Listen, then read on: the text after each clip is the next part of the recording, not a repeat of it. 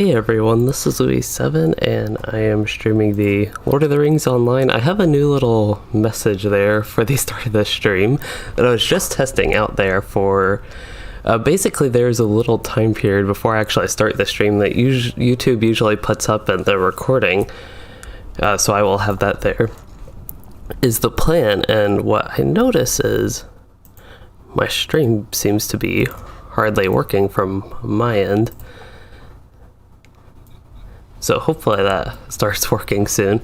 It just looks a little bit of issues, but it does look like chat is working because I can see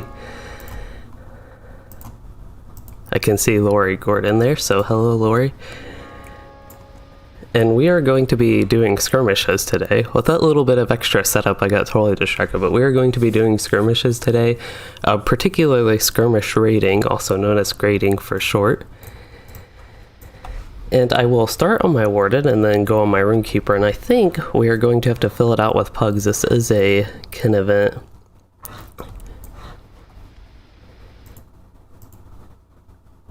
And I am still, apparently I forgot to get a couple things set up, so I am going a little bit slow at the start here, unfortunately.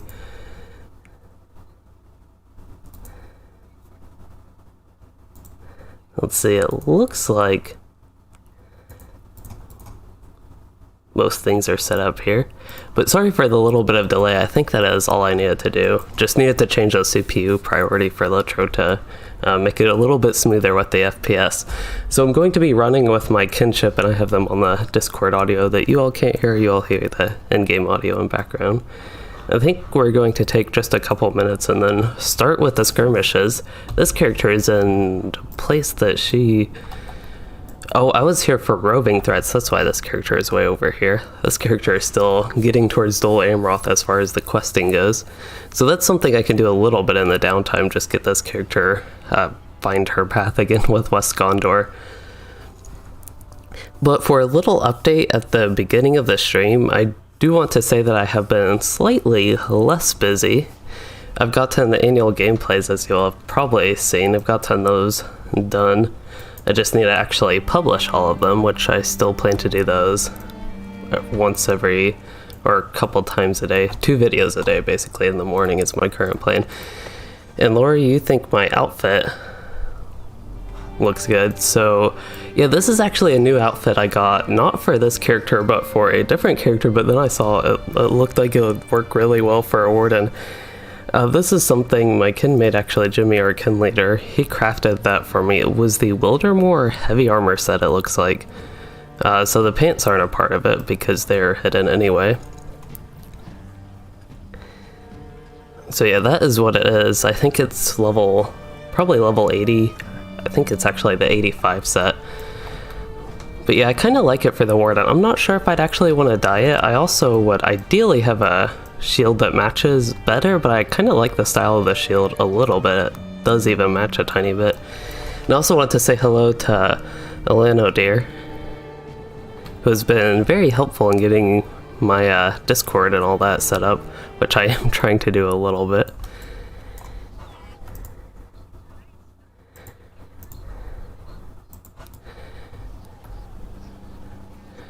Okay, so it looks like our kin leader, we're going to probably be running this 90 minutes, so he of course recommends using a mark boost, which I think would be helpful as well.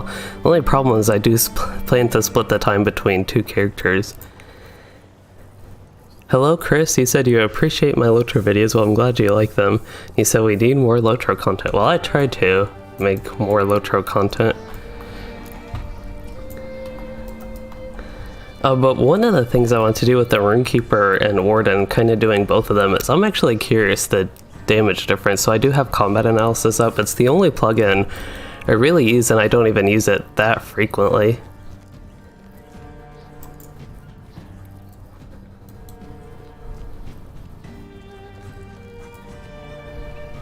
Let's see.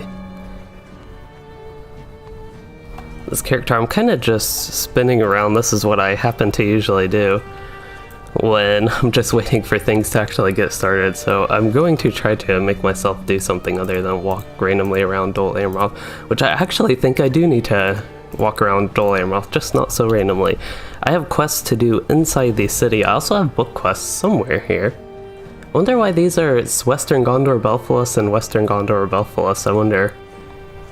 I doubt there's supposed to actually be a difference between those two. And then as the stream is also getting started, before we get into the skirmishes, I actually had a question for my viewers that I do not know. This is about a website. It's Deco du Milieu, or it's D and Co du Milieu. I didn't know if anybody in the stream in the chat happened to know if it is D and Co or Deco. This is a website that's focused on housing, so I'm not sure how many people would be familiar with it, but I was just kind of curious on that, because that particular website will come up in an upcoming video that I'm excited about. Hopefully I can get that early next week at the latest. As far as quests go, I have the wharf. I am looking for the book quest. That is the other one I need to do. That is at the Great Hall. I thought there was one I needed to do in the northwest here. One thing I also like about this outfit, to go back to it, is the helmet. The visor for like a heavy metal looking helmet is up, so it's a little bit of a unique look like that. Usually I don't like wearing hats or helmets, or especially like metal helmets like that. Usually I just don't like the look of them, but this one works pretty well, I think. Hello, Maluthor.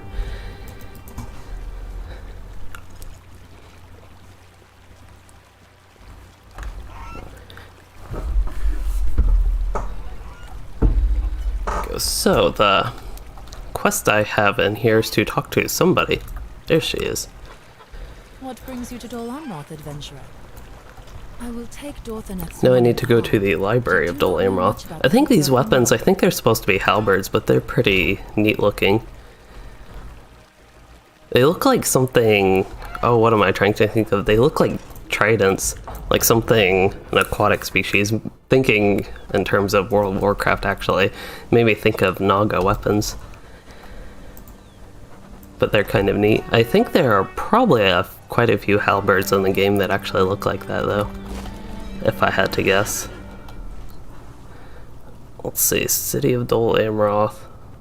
The book quest is to the southeast. Oh, Homesteads of Gondor. That would be why that quest is totally separate. I don't actually want to do that.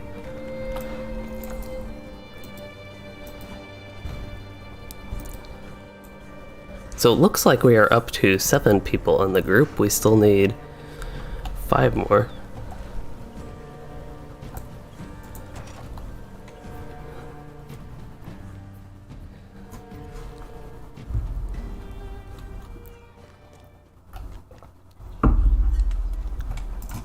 The scholars here are at your disposal. Now we need to learn about Umbar, Gondor, and Prince Emrahil and Lothril? It's a problem with the text, it's so tiny, sometimes it is a little bit hard to read. But I don't remember if this quest is in the library or not. Looks like, based on the map, that I have no idea, actually. For some reason I'm thinking this quest still is in the library. So I will see if I see any NPCs, and I actually do see one on the mini-map. Hello, Tommy D.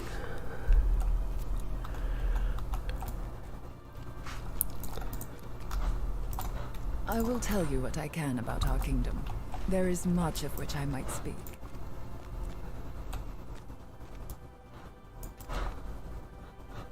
Thought I saw one. I guess upstairs is where I saw that quest.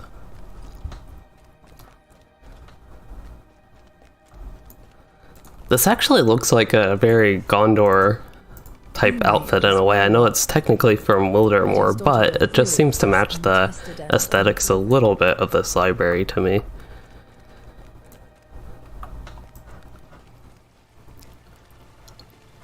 It's one thing with my Warden, I like my previous outfit, but getting something that looks a little bit better for the region is nice. This was my old one, which I still like it, it's just I've used it for so long I'm in the mood for a change. This one's also good. I really like this outfit, but it's a little bit warm for that in Gondor. That can be my snowy outfit or just change of pace outfit. So it looks like we'll be starting with 8 people.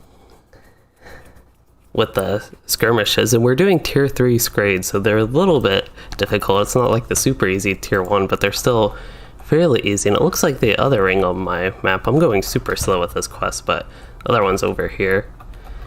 And I am fortunate enough to have not even broken my leg jumping off from the 2nd floor to 1st floor.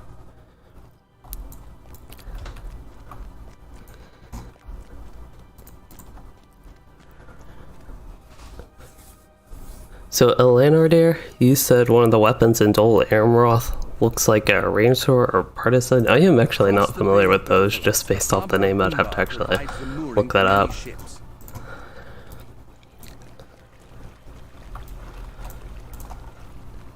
I see that Noseth spoke to you of Lothiriel's betrothal.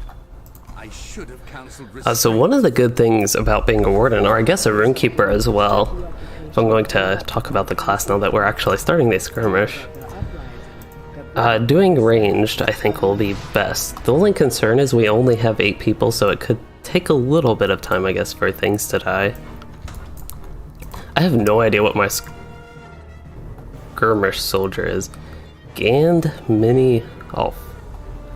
I have... Oh, is it supposed to be like Gandalf? Mini Gandalf? Is he a sage, I would guess then? No idea why or when I named him that or how that happened, but I think it is supposed to be Gandalf. Except he does not look like Gandalf at all. Let's see. I have no idea what he meant to call him, because he don't look like a Gandalf. Yeah, this is actually a good time for my other outfit, I think. I don't know, sometimes you randomly have your weapon actually out in LOTRO, which is nice. One of the things with the game compared to World of Warcraft is, WoW, you have a button that you can just take your weapon out, but often in LOTRO, your weapon quickly resets out of combat, or when you're not attacking. So one thing when I try to get screenshots, like action screenshots, is my weapon will get put up before I can actually use a skill or anything to get a screenshot like that.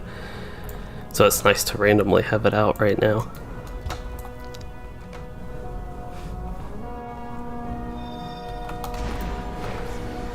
Anyway, my plan, I think, is going to be pretty normal as far as wardening goes. I really can take advantage of the AoE morale tab, still give me a ton of damage. With all the bleeds over time with them. I don't remember... Yeah, I did fix this character's traits to only have 1 point in barbed javelins. Because once you get shattered javelins, barbed javelins, that trait will have a 100% proc chance. I wonder how well I can tank this. Not too well. I was a little bit worried. I guess our tank or everybody was a little bit slow getting there compared to me. But the fortunate thing is dying takes me right back. Well, basically right back to the combat.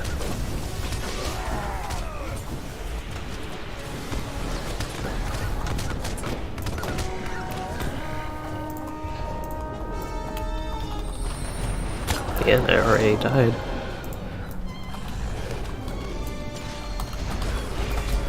Do we have a healer?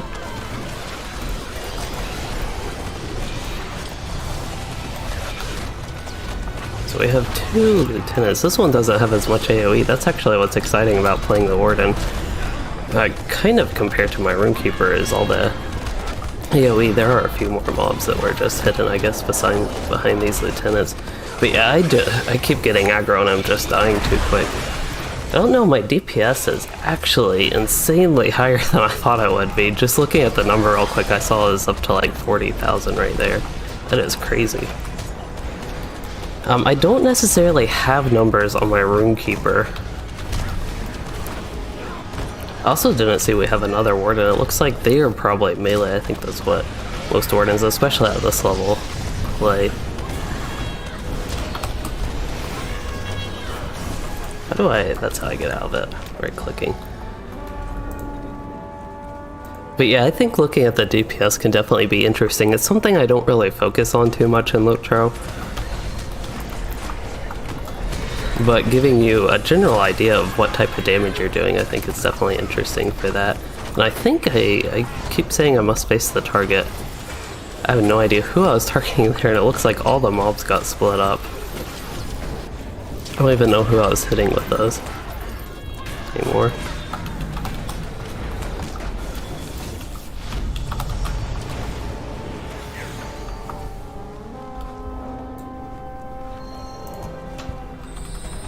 And hello, Vulgar TG. I don't remember if I said hello to you, but either way, hello. We have a lot of oops, I totally missed which side they were going to. But we have a lot of channel members in the stream, so thank you all for the support and being here.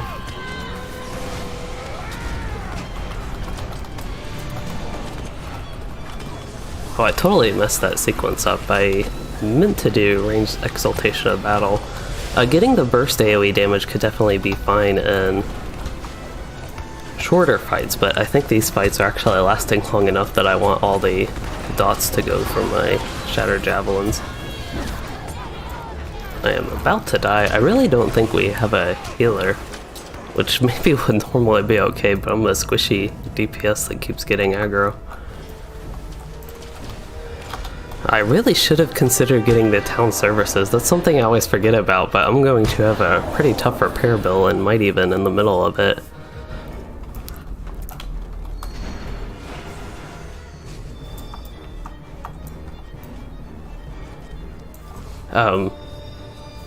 What was I going on about that? Yeah, my repair will be a lot, and I might even have to repair in the middle of the skirmish, which would not be good. But hopefully I stop dying as much. I say that as I go and just like pull the mobs. It is a defensive skirmish, so that's kind of the way you go about it, but being extra squishy here, it's not super safe.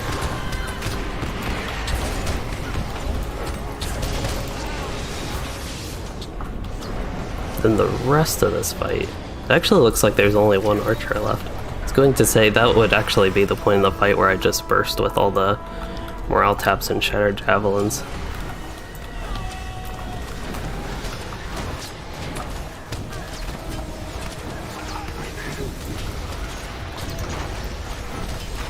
See, I actually don't even remember what gambits I used. I think I still need range resounding challenge.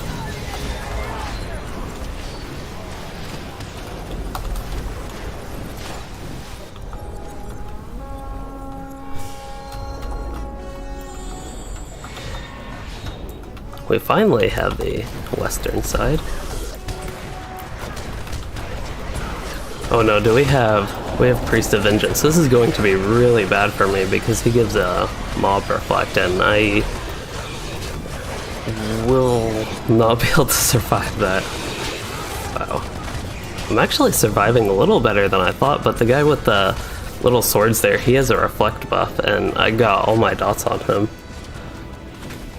So I'm going to probably wait for my dots to actually tick down before I revive, so I don't just kill myself again in case they get a reflect. Let's see, the priest is still up. I still have a few dots up, I just want to be extra safe. No point in just reviving to potentially die right away again. Okay, it looks good.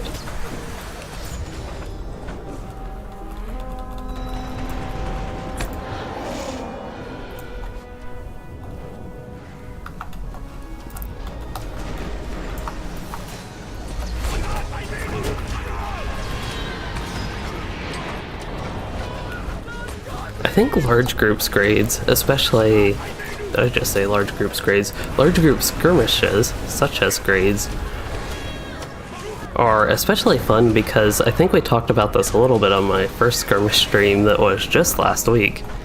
We're already doing another, but in that one I think I talked about a little bit, just so you see a lot of different types of enemies and then you get these larger groups of AoE. It's almost similar to epic battles, and then I think the larger group-sized epic battles are also a lot more fun, but for me, solo epic battles are not fun, whereas still solo skirmishes I think can be fun.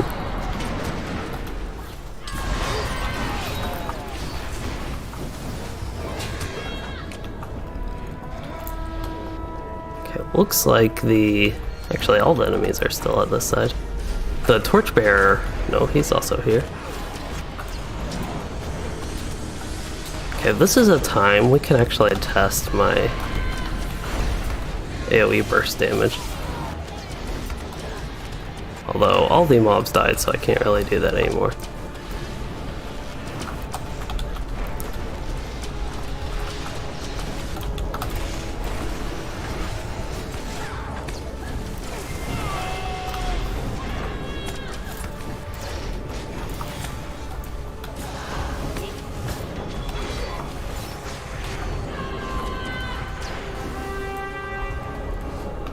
looks like we already finished the second assault, but we have... I thought this was our first encounter. We might have had another.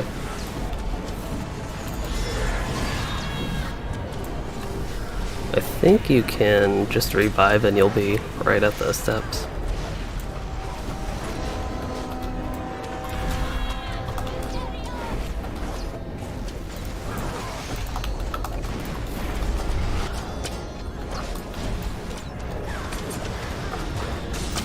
I think that morale tap, when they go to me in melee like that, I just totally missed.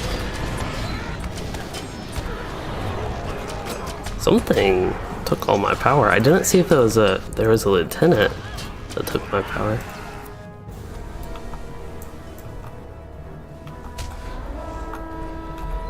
Yeah, this makes me super excited for the imbued LI.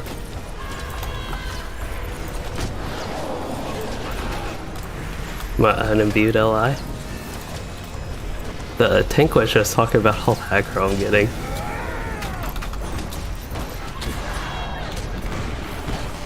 Yeah.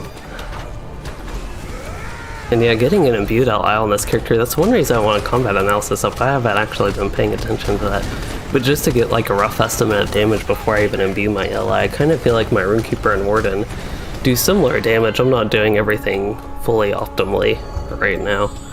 Not that I ever actually do, but that's just one thing with having the combat analysis up. I actually can somewhat compare that, just see roughly what type of damage I'm doing between these different fights. I think the fire one probably needs to die, but I don't really have much single target priority stuff with all these mobs. I just use all my AoEs and die a bunch. That is my strategy, hit them as hard as I can and then I just like die.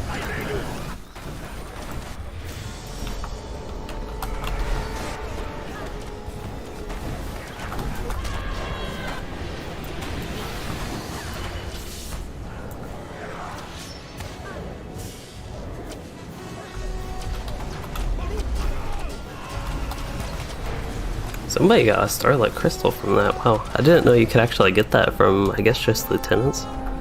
Was it just a lieutenant that dropped that?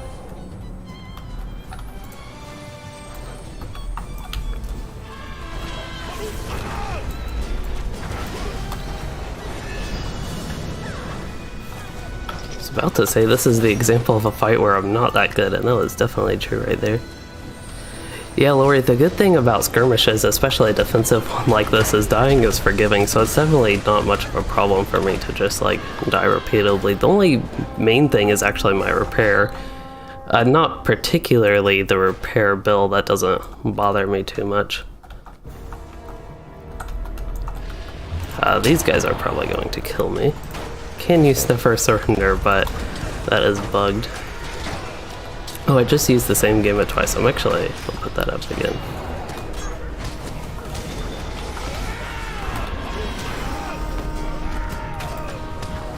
Okay, so he is where I can hit him in melee now.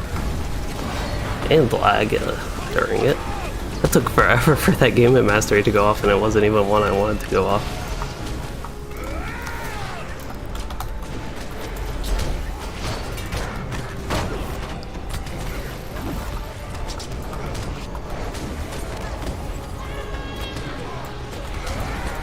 I only hit one enemy, I think, with that resolution.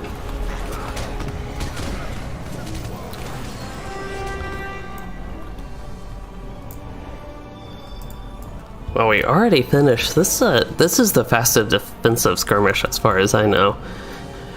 And we already finished the third round. That seemed to go very quickly to me, the third assault that is. And also compared to, say, the Fort of Bruin, and I think even Siege of Gondomar, this one only has 3 waves and then the final boss. Oh.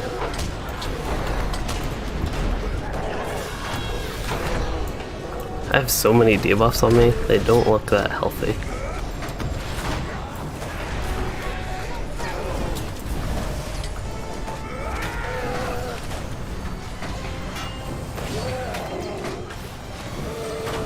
That was unfortunate. I was hoping to actually live that fight, but didn't get around to it.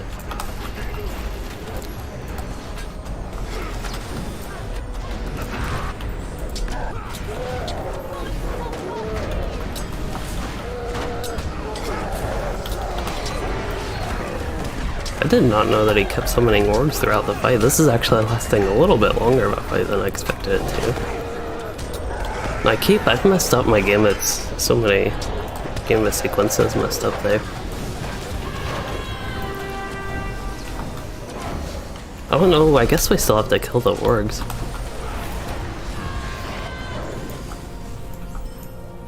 Ooh, symbol of the Elder King, that would be nice. I will definitely roll on both of those.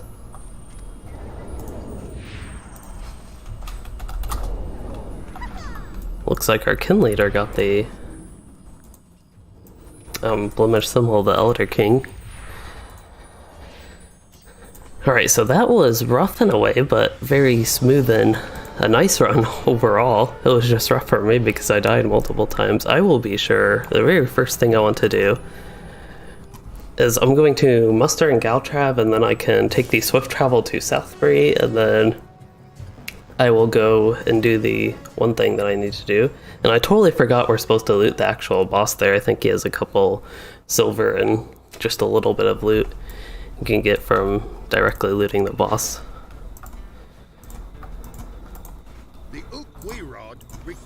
But yeah, I'm going to go and get the subscriber town services daily turned in.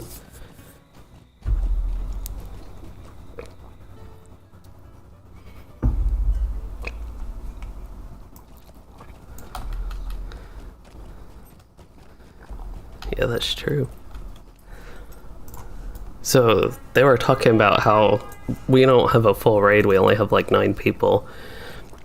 And while it might be technically slightly slower or more difficult, you actually have the loot spread between fewer people. So like when we had the chest there, fewer people rolling on the symbol and the Starlight Crystal. Looks like I also have, I somehow missed this, but I have my Hobby Gift open. A little bit of Virtue XP. I don't think we still have the bonus Virtue XP. That was quite a while ago. It's been a little bit since I've played LOTRO. I think whatever the last stream was, which might have been Skirmishes, or what did we do? No, it wasn't Skirmishes, it was Fornost and... It's Fornost, and then yeah, we did... Oh, what was it called? One of the level 100 instances. Which one? And I asked which one, and I definitely agree, worth a try. Oh, Protectors of Thanglehat. I do not remember the skirmish, but I remember the skirmish, I just don't remember which one it is based on the name. So this is another defensive one, this is Mirkwood defensive one. I don't think I've ever done this one above a size duo. So, is it any different? Because I see ballistas, and that's scary.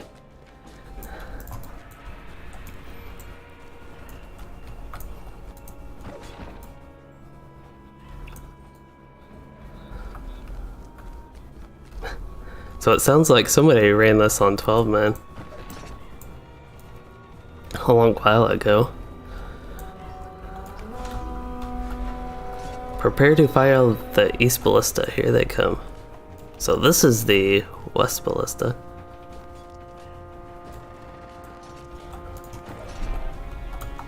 I was trying to see what the Ballista actually did, but I don't know.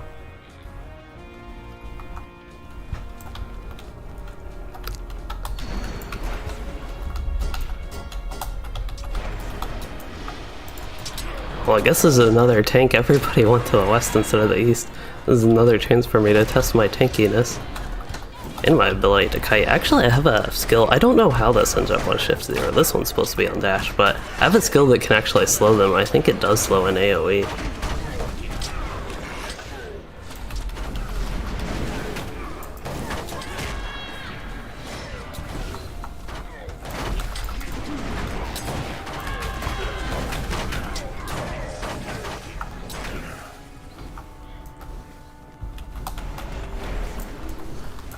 Oh, they're way up here. I wonder why they were fighting this guy way up here. I know in some skirmishes you like just push as far as you can, but that seemed a little bit weird.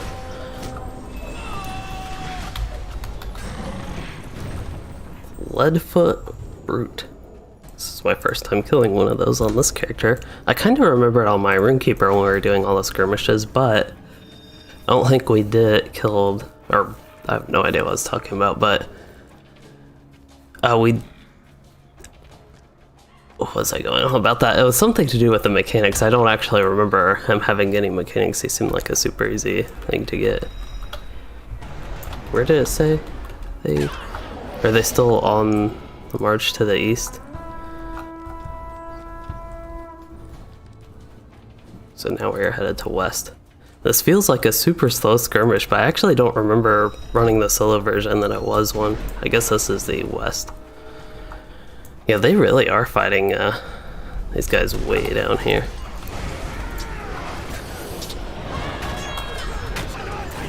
I wonder what this little circle is. I know it's something that somebody does.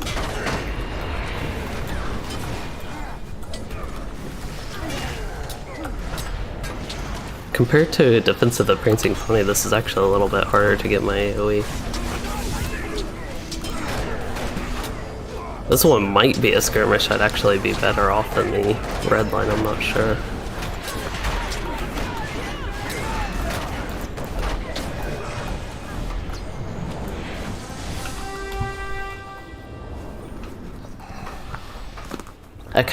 This is another thing I keep forgetting. I have combat analysis up this whole time and it's counting.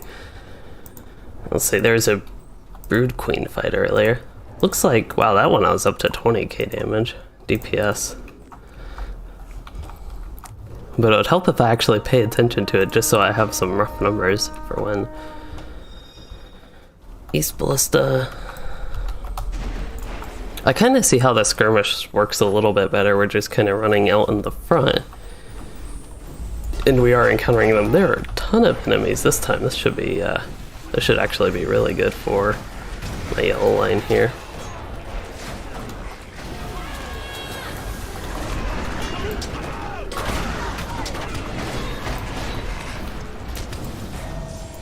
Okay, I think I have done all of the attacks I can do.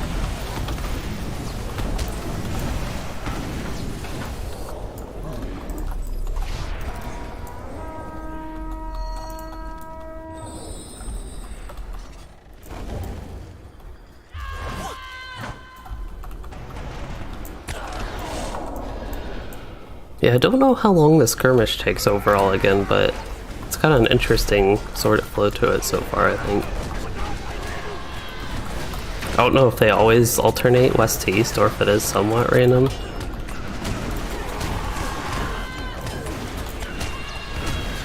Oh, I'm taking... Don't know what I was taking the damage from. Probably had aggro. I didn't have aggro on the Chaos Fiend, but he might have been hitting me. He blasted.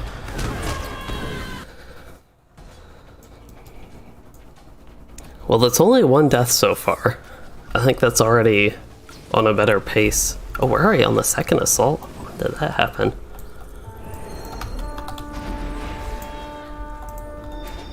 They're coming to the central. I think this is the first time they've come here.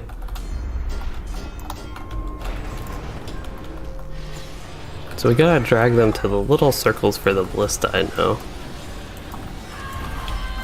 I think we're going to kill a lot of them before they even get there.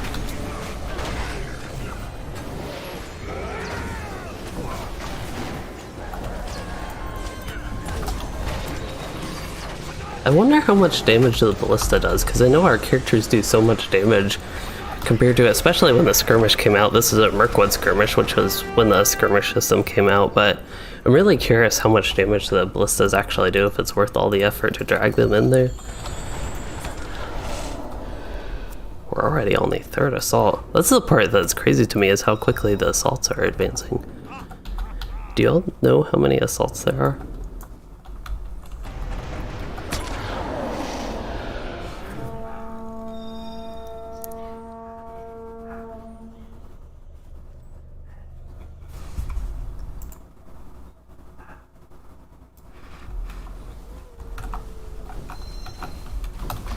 I was going to say it's going pretty fast.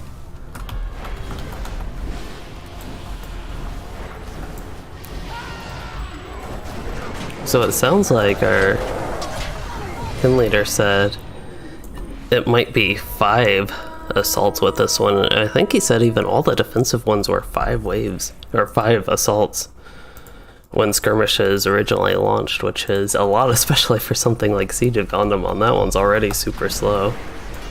That's the one thing with that skirmish, I could totally be missing something, but I do not get why it's run. Like, I see that one semi-frequently for pugs, and it honestly, to me at least, doesn't make all too much sense. So Radagast, so you ask what server I'm on. You might join my world in kin, if you may have me. Well, this kin is open to people that want to join it. It's the Mithril League kinship, but this is on the Anora Legendary server. I also do play on Arkenstone though, but this is the main server and main kin I play with. And then Eleanor, you said when you do the skirmishes, you do them mostly solo, you have a mix of playlists for them. Yeah, I think it's fun to have, it looks like you're talking about music playlists, so I think it's fun to have that type of stuff for specific content.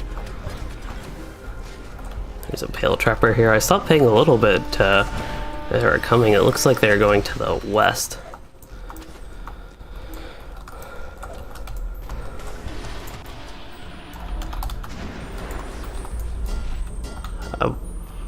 West Ballista. That's good.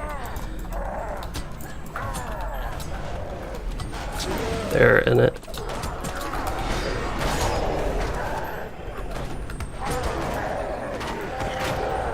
I think that's where I was supposed to take them. Nobody was there on the west with me.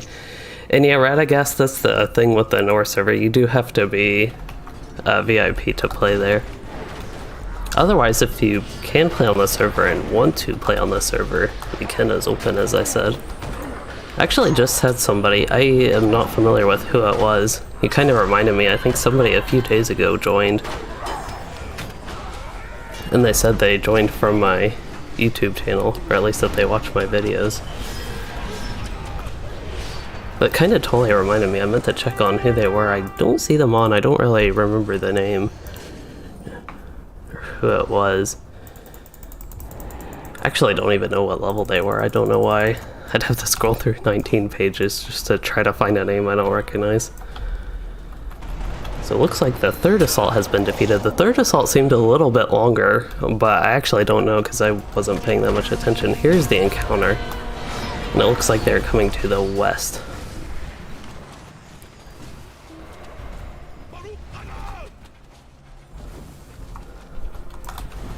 Looks like there is one person here ready for these guys. I don't think my Gammas there are unfortunately hitting any of them. They're too spread apart.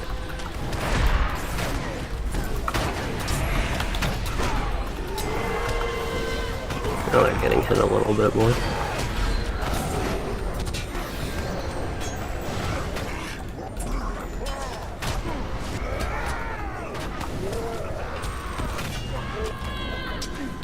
Couldn't actually see the enemy I was targeting. Yeah, I was about to say I could try floating names, but forget that shows all the friendly floating names, which does not help.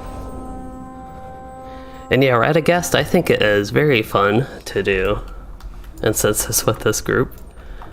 It's one of the main reasons I actually play on the server, just because this kinship and all the people I play with are here. Well, all-ish, I'm technically in a kinship with Arkenstone. I don't have anything against them or anything, I just don't play there quite as often, especially lately because I just haven't had too much free time, so usually when I've been playing lately it's been with this kin.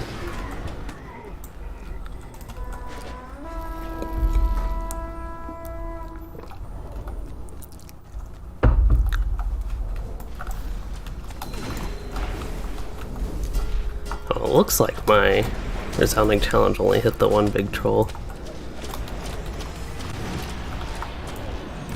So I'm actually curious, I'm going to look at, see the ballista, how much damage it does. I guess it either didn't do much damage or I totally missed it being fired or something. Thought somebody fired the ballista at least.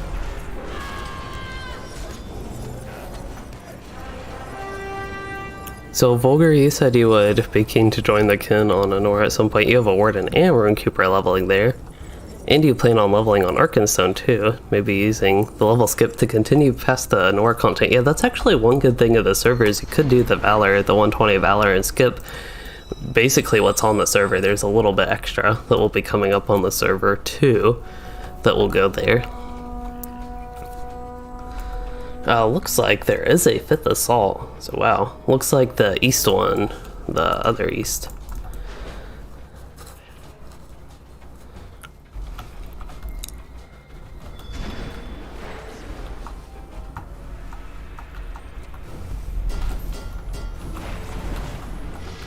Oh yeah, I actually remember this Frigid Squall. This used to be a problem for this character back in the Siege of Angmar days on the server. So he does a huge AoE burst, I think, either when he dies or just randomly in combat, and you see it killed a few people, but I was far enough away. That is one, I definitely remember that lieutenant. There are a few that kill you, or maybe even kill you so badly that you just like totally remember them, and that is one of those.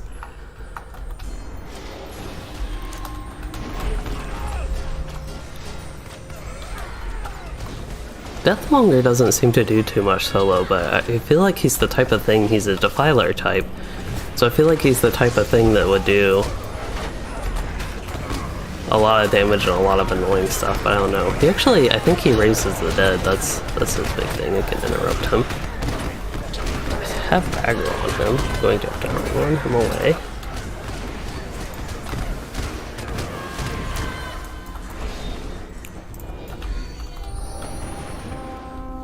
Looks like we're going central.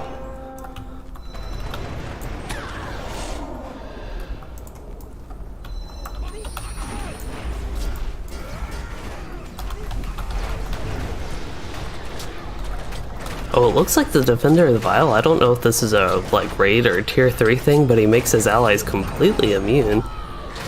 Unless we have 2 of them, maybe. That is possible. I don't know, maybe it is just a raid thing that he makes everything immune. They're all absorbing the damage. Well, once they're open for attack, I should have a ton of dots on them and eventually be doing a lot of damage. Can actually see my DPS that went way up once they actually opened up, even though I didn't get all that many hits in when they went up. Yeah, so Radagast, that is one of the big things about the low-level instances, is I love them. I love doing them, I don't know why, but low-level group content is super fun to me. But one of the problems is you can't find anybody to do them pretty often. Z said you haven't been able to. And then sometimes you can find people, but you'll have like a level 100, 130, or somebody way above level where you don't get any of the, I don't know, any of the fun, I guess, out of it. You still get to go through the instance, but it kind of takes the joy out of playing it like an actual group content, a little bit of a challenge. So we need to listen to Rodoleth. And then Rodoleth must survive. And I guess some sort of enemy comes down here towards this flag. He has a decent amount of health, 3 million. Oh, he has ads, that is good. It's an AoE morale tab. Use my debuffs. Okay, let's... I'm probably, yeah, I was way too late on that to actually use my melee attacks there. Oh, it looks like I've seized the moment, but sometimes seize the moment, for anybody just unfamiliar with the Yellow Line Hoarded, seize the moment makes the Gambit Masteries here have no cooldown. That's how I can spam them real quick in situations like right now. But sometimes it bugs out and doesn't actually reset the mastery, so they'll still have a cooldown even though they don't trigger a cooldown. If any of that makes sense, but that is what happened there. Looks like he killed the captain. That was kind of rude. Oh, we still have an engineer. We're getting all the ads after we killed him. Did we kill him too fast? We're just still getting the ads.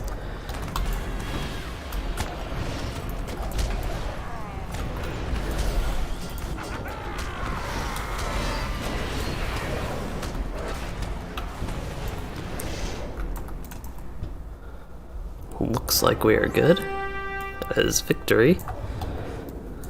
Oh, my inventory is full, mainly full of stuff that's going to get destroyed, and my overflow is full of stuff that's going to get destroyed. Alright, so this one I'll actually remember to loot the boss. I don't have enough room to do that. Well, I don't care about these things, so now I should have enough room. Somebody is going to loot the chest.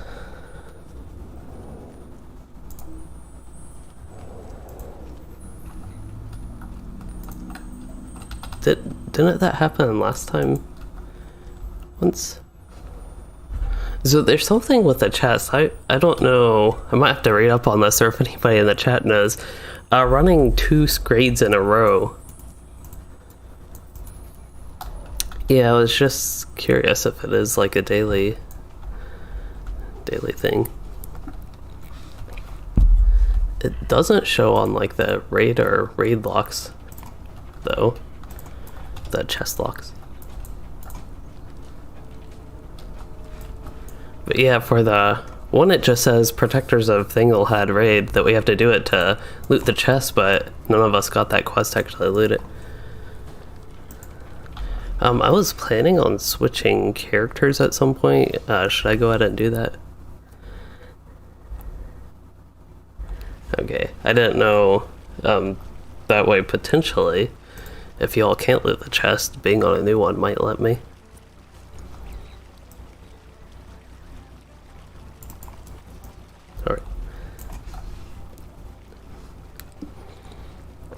Alright, that sounds good.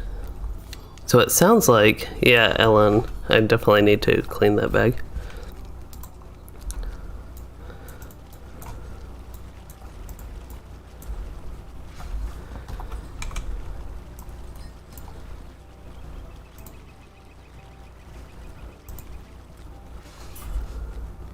I'm trying to remember, one of those had a pretty wide open area at some points.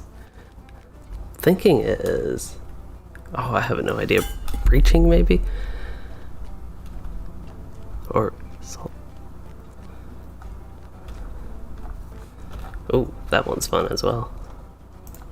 So they're talking about the potential skirmishes to do, and I think we're doing strike against Danangler. We'll see if this is the fun one.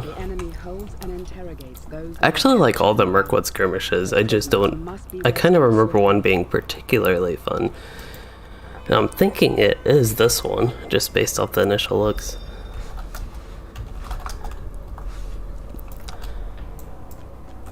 Ooh, I almost ran into the ball of light.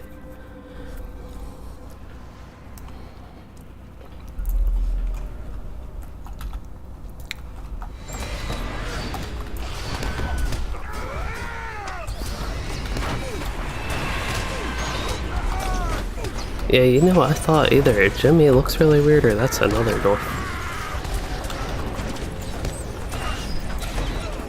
This dwarf right here, he was dual wielding. I didn't pay too much attention to that, but I was like, that really doesn't look like it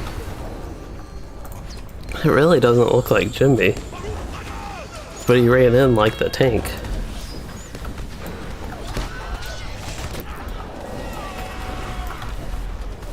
Alright, so far I'm guessing this is actually not the super fun one, but we'll see. There's one with like a large open courtyard as far as the Mirkwood skirmishes go. That's kind of the one I was hoping we did. But this one could be fun as well. I just don't remember it that well.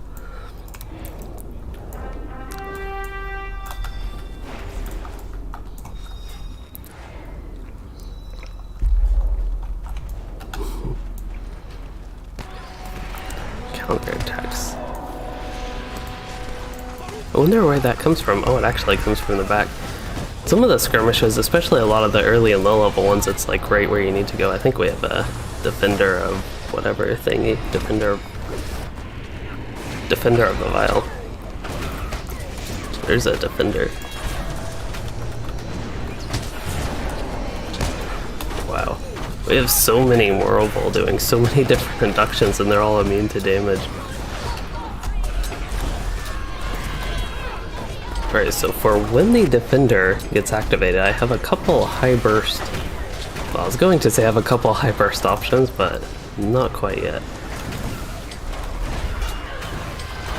We just can't do much damage, and I'm not really helping too much, but... Oh, and that totally messed up because just a little bit of Warden lag there. Oh well. I tried to get some AoE burst damage, it was probably not even worth the effort.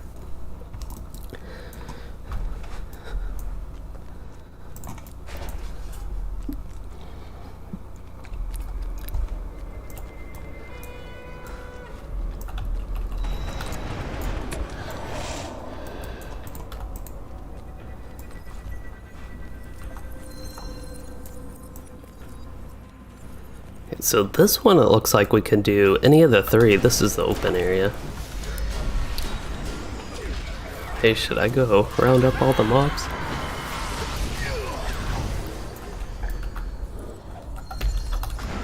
If I were tanking, I definitely would do that.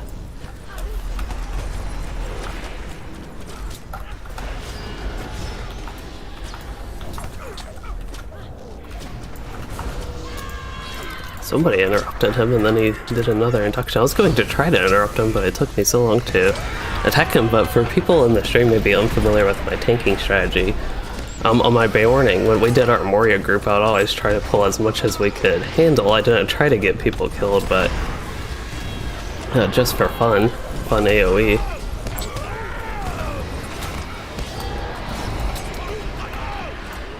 But sometimes it doesn't work out, so...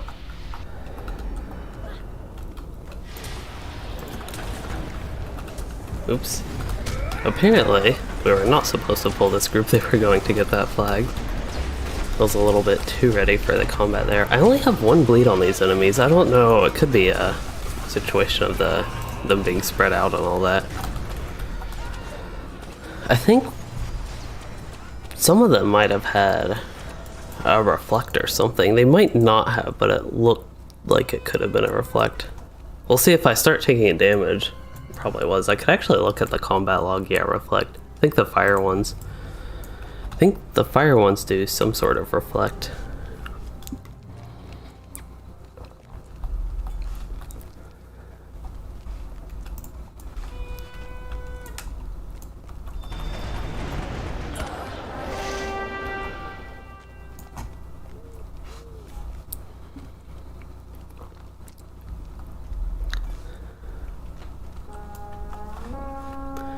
Looks like we're getting a counterattack. Wonder, it looks like the counterattack comes from up here. It looks like a lot of other people are headed the other way. Unless this is the counterattack maybe. Or maybe it even came from multiple sides. I might have pulled people that weren't a part of the counterattack, but...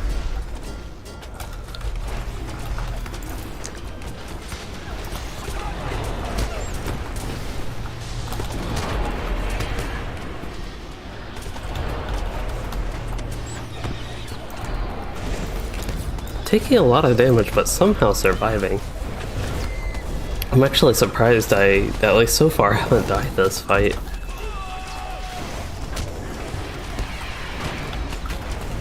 The morale taps, I don't really use them for the healing, but it probably does give me some sort of minor effect to help me survive this a little bit.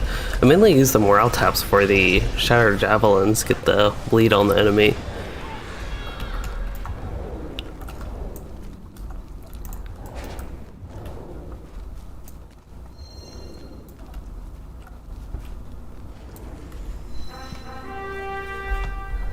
The bleed, well, it does a decent amount of damage. We can actually look. The bleed, the reason I use it is for that bleed, so it's 7.7 thousand every 4 seconds. And just to compare, Resounding Challenge does a lot of damage over time, but it also does a bleed, a tier 4 bleed.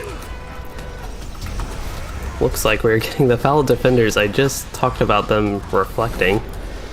So I will probably be taking a ton of damage here and probably end up just wiping. It is unfortunate, but that's the way it is when I put all those dots on them. So I'm going to wait, I guess, for a little bit of my bleeds to go down and then... Oh, but actually the captain's rezzing me, so I don't have to worry about that. But I will wait a moment for my bleeds to go down. Then I will accept the res.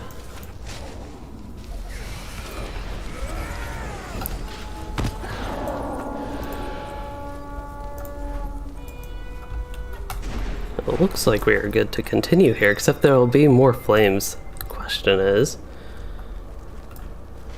do I want to kill myself again?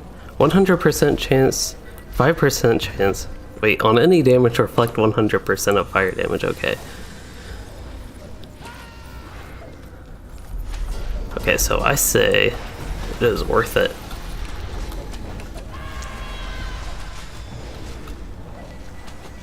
It was worth it. I figure get my dots on them and just stay dead for a little bit. It's better than doing nothing. Wow, look at all this damage I'm taking even though I'm dead. Like, is there a way, when you technically die in LOTRO, you get incapacitated as it says. But I feel like with all this damage I'm taking while I'm dead that I like actually die. I guess the version of dying in LOTRO would be deleting your character. Like, if they ever did a hardcore server, which I actually think would be interesting, that's a whole topic on its own. But yeah, dying would be like deleting your character, but hardcore server in LOTRO would be very interesting. And before I get to that, Eleanor, you said there's too much animation lag in LOTRO for you and some of your friends. Yeah, there's definitely some animation lag. For me, a lot of lag is noticeable on the Warden. This fight's been going a minute and I'm still having like 9k DPS. I don't even think I'm hitting anything anymore. Actually, it's been long enough I can definitely retreat and run back, but I wonder what was going on with that fight in combat analysis. Looks like severed bleed, barbed javelins. Oh, severe bleed, not severed bleed.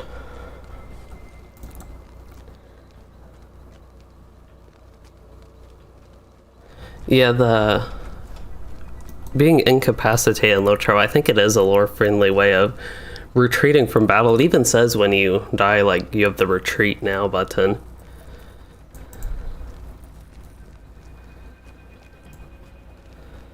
Hunsu, you said I died a martyr's death, and I do believe that could be accurate.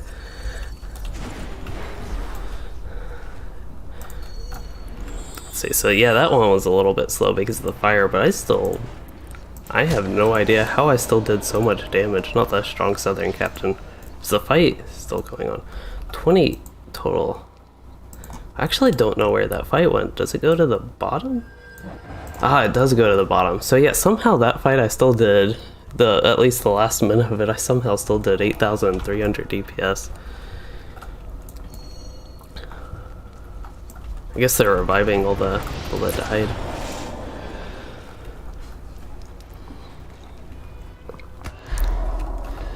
But for a hardcore server, I think that would be fun. I think they do those for Dungeons and Dragons online. I don't know why they couldn't do one like up to level 50 or something. They did the PvP server, the Bombadil server. I feel like, okay, we are going to do some AoE right here. I want to actually test this. Hopefully the things live long enough for me to do a couple of these at least.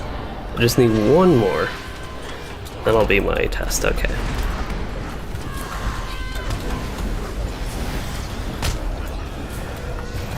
This is where my DPS is going to go way down since I don't really have that many dots on them anymore though.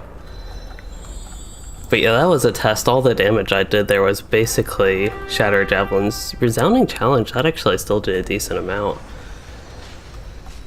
But I had, it looks like 62 total Shatter Javelins go off from all the Resounding Challenge. Okay, here's some more Strong Wandering Flames.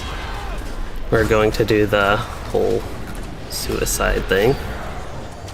Oh no, and I messed this up. I could have gotten one more dot on them before I died. I'm taking all this damage. They're still reflecting damage to me. I think it's funny, they still reflect damage to me while I'm dead. Like, yeah, I have all these red numbers going over my head. Can't actually hide the UI while you're dead, unfortunately. Actually, that does hide combat analysis. That's weird.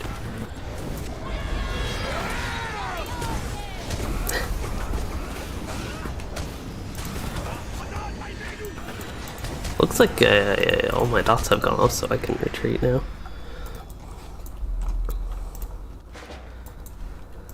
Man, very nice time to have the subscriber buff so I don't take any item wear. Don't get broken armor.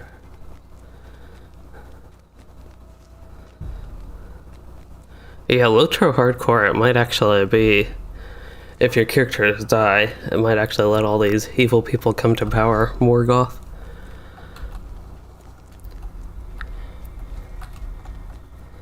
Morgoth is father of the orcs. There's a straggler over here. I gotta see while they're doing that fight with the little fireballs. Is this guy back here an encounter? Do we have one? Saragrun? Grun? Yeah. I assume you don't want me to pull him back quite yet. Okay. Didn't want to add fuel to the fire. And it's so hard to do my keybinds while doing my push to talk button. My push to talk button is Z. And then my keybinds I have to do shift and control, and I use the same finger to press Z.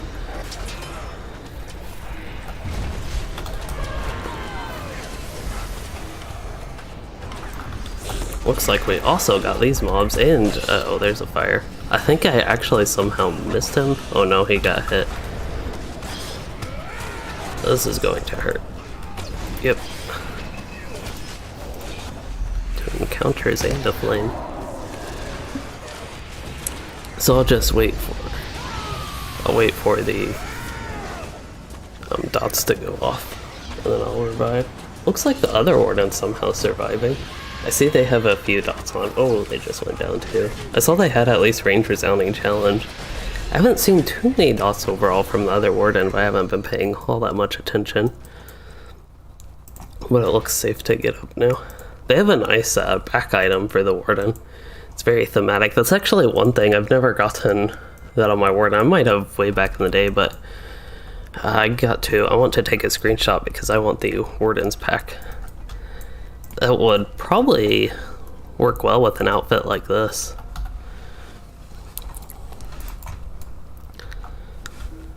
I used to not really like back items like that. I always preferred regular cloaks because that's what I was used to, but I feel like my tastes have evolved where I actually like different things like that now. Okay, so we still have however many mobs are here, at least 2. I think I saw even a 3rd.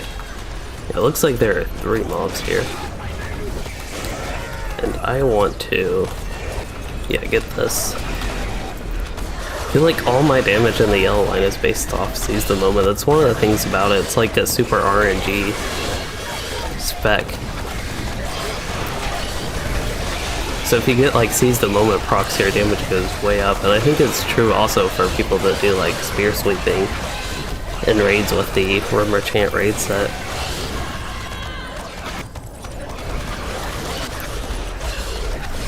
Your damage can really be based off RNG for one, getting the Seize the Moment procs where you can do the Gambit Masteries and not have them trigger cooldown. And then also spear sweeping, when you get the final trait here, No Mercy, your spear sweepers have a 50% chance to not consume the bleed. That's actually not even it. Which that one is still, that's still a factor of RNG, 50% chance. But you only have a chance to trigger quick sweep, and same with spear sweep. It has the chance to spread the bleed, I think.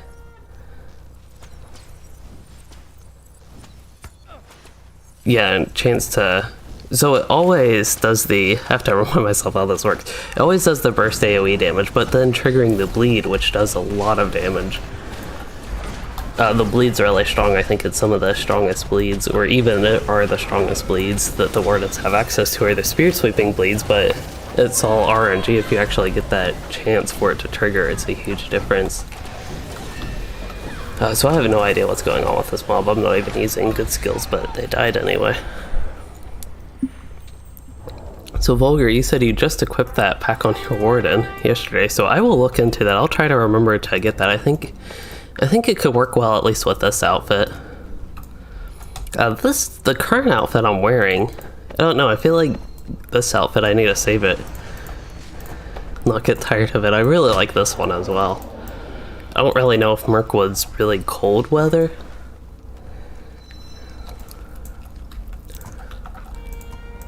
So we're already at the sorcerer and ready to claim the sorcerer's chambers. We're in the Dower stocks.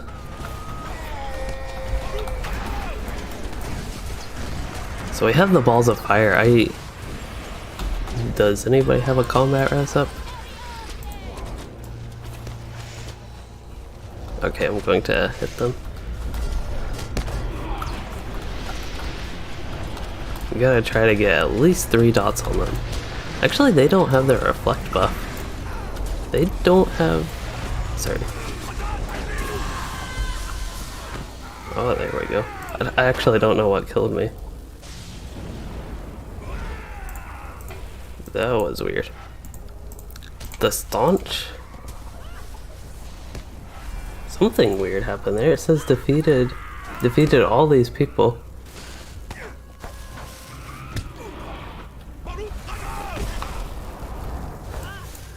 This one's a little bit weird.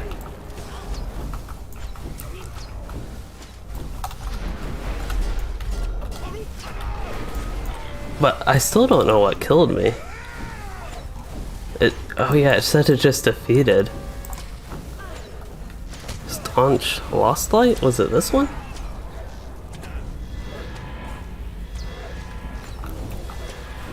I don't know, we can just single target the boss though.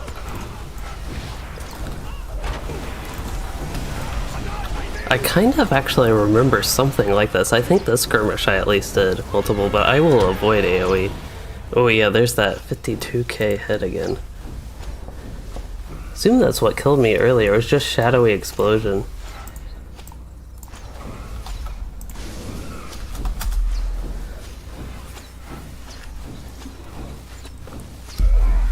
Well, it looks like his morale reset.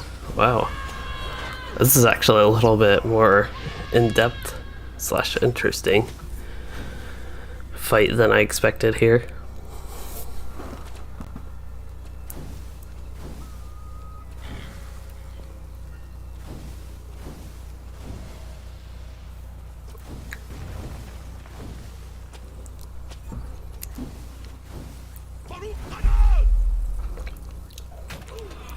There's an eye dot above people's heads, Sunsu.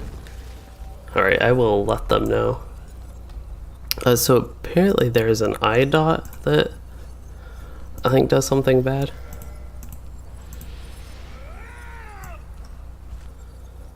Looks like it was over the enemy's head there.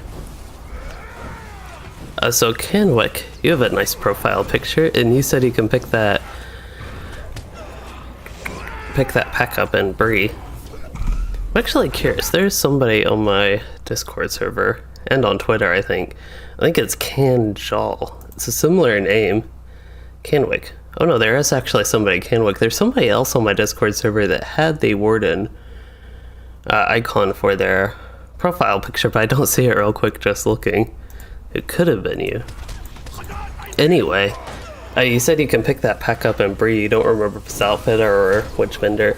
Yeah, I will just have to remember to actually check that. I'll try to remember to do it after the skirmish. I don't know how the boss is going. I think he's healing. Yeah, so that ball of light has a high eye over its head, it looks like. And I think that's when it does an AoE explosion thing. Looks like he got defeated.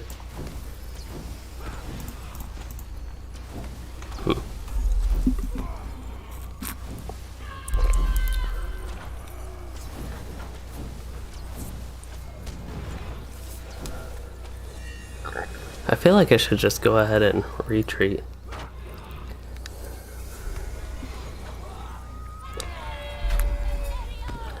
I can switch specs and get one.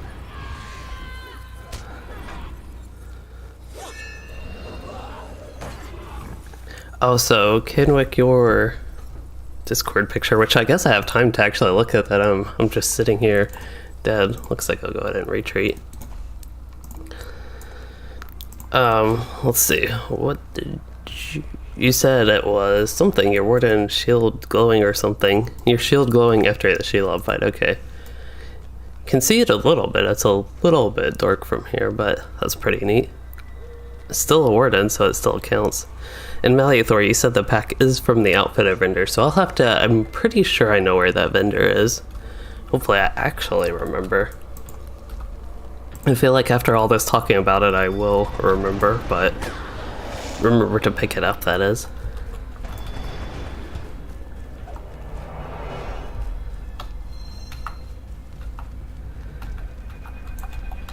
Okay, so do you want me in tank spec or a DPS spec with just a taunt?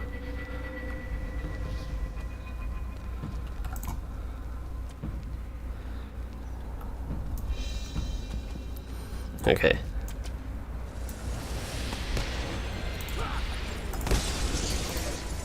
Okay, I am going to taunt now.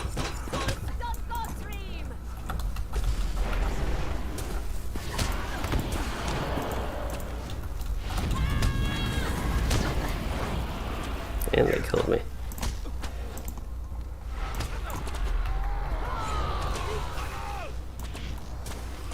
So I guess I can keep running back. They somehow got out and all these doors open, and something weird's going on with this fight. That's all I know at this point. We might eventually get it done. That's basically what I'm counting on.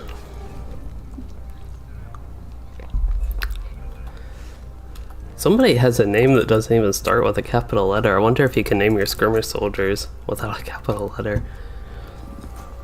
Panchito? Macri?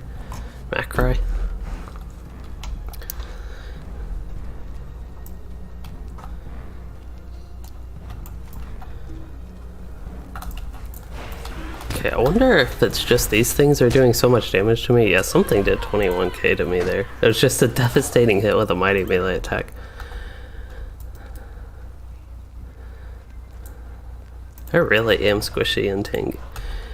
So I probably cannot do the AoE tank. I am too squishy.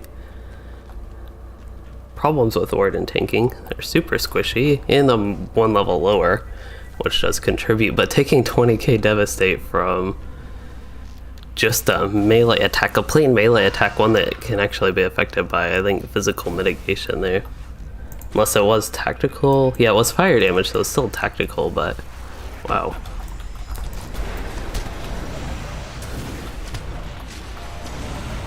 Looks like we have a pretty decent mischance against them, unfortunately. The one good thing I can do while tanking is damage, at least. If I can actually hit it, it keeps evading. Don't want to take aggro, though. That's kind of actually a little bit of a risky move for me there. Yeah, there's a bunch of the fires and lights. Or at least one of each.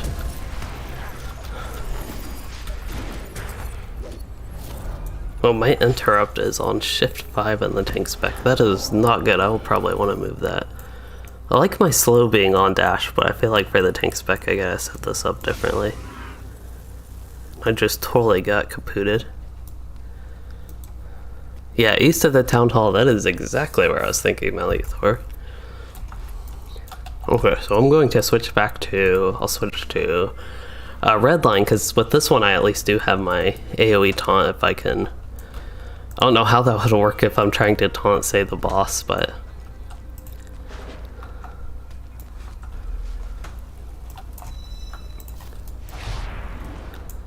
Okay. Just one just disappeared. I think they eventually do despawn, because they were despawning during the fight, but it just makes a huge mess for us right now. Okay, hopefully this one I can slow. I did get a hit on him. That is good. Looks like the other Warden got a resounding challenge as well. There we go. Just had to get a couple hits on him. Oh, I got him down. I also think everybody was so spread out, and I think over, well, I don't know, over half, but like half the people didn't know we were even fighting down there. Alright, so I think I will play Redline for this fight. The question is, where do I want to spend my trait points since I have so many available? Probably just range damage right now.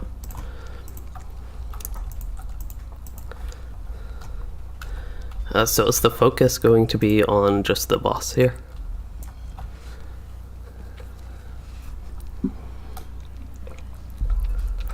Okay.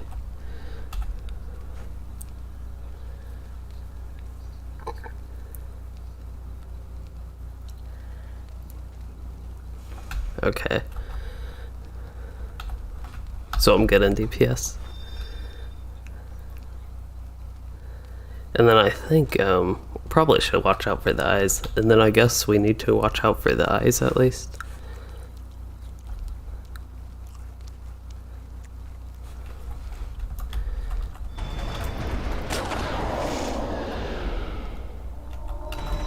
Just watch out for them. I think they go over the ball of light's head and then explode for like 50,000 damage against me.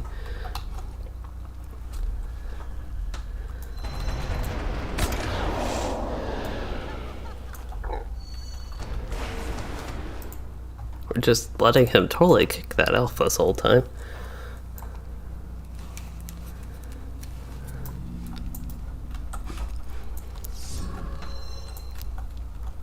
Actually, I should. I'm kind of forgetting how to play Redline Warden. I still need to go in Range Dance and use Range Resounding Challenge.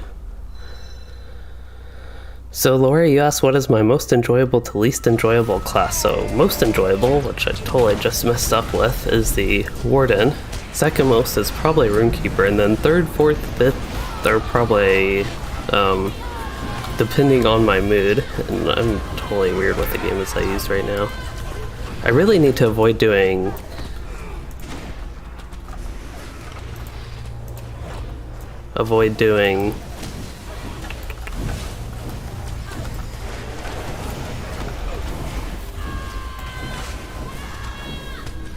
AoE damage. Totally distracted by the combat and the kinship going on.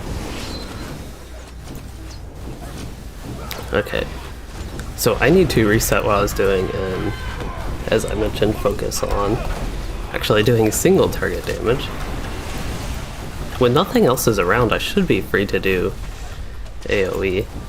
I think just this time we actually knew what to do a little bit more. Our main tank died, unfortunately, so now we have a hunter tank, but they can be pretty survivable as far as I know. Oh, I think I did hit one of the balls of light. I mainly want to avoid hitting them just for aggro concerns, even if the aggro concerns are pretty small. Yeah, unfortunately. Well, I got aggro there. We all know how squishy I am. But with the classes, I mentioned Warden, Rune Keeper, and then some of my least enjoyable ones at least. Or my next few enjoyable ones would be Guardian, Lore Master, Warning. And then probably that would be the next set after Warden and Rune Keeper, and then maybe Captain. What are the other classes? Yeah, probably Captain is the next one. And then the next three would probably be Hunter, Minstrel, and Champion. And then whatever remaining would be, at least in my current mind, least enjoyable, which I think ended up being Burglar. Wow, I'm actually enjoying my low level Burglar, so I might have to reevaluate that. He has less than 10% health. He's down to 5%, and he just got a huge heal. Shouldn't have said anything about his health, but after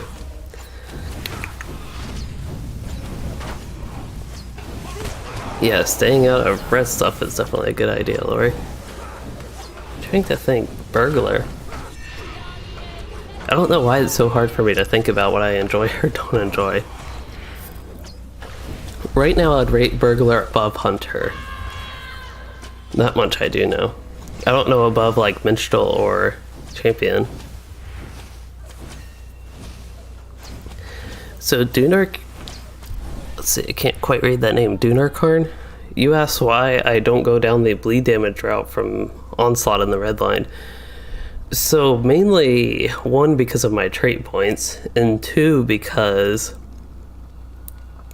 I think people, if you're referring to the people that use it with raiding, I think it's mainly useful if you have the River Chant raid set. Otherwise, you can be better off just playing regular redline or Shattered Javelin's yellow line, but people that use it at level 130 with that, they actually go on the yellow line and do spear sweeping after doing their ranged bleed stuff, and they do barbed javelins instead of shattered javelins.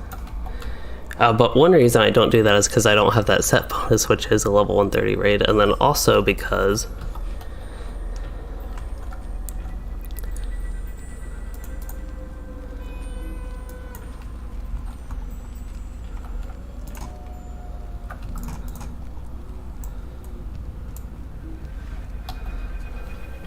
I did get a Starlight Crystal through all that.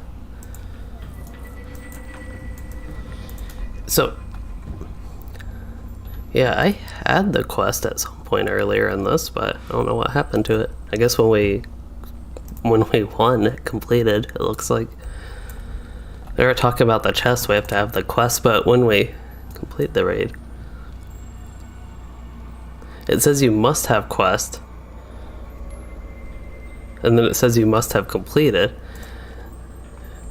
but you don't get the chest until you actually complete it. So there's some first naming inconsistencies as far as what you need to do. It says you must have quest, then it says you must have completed.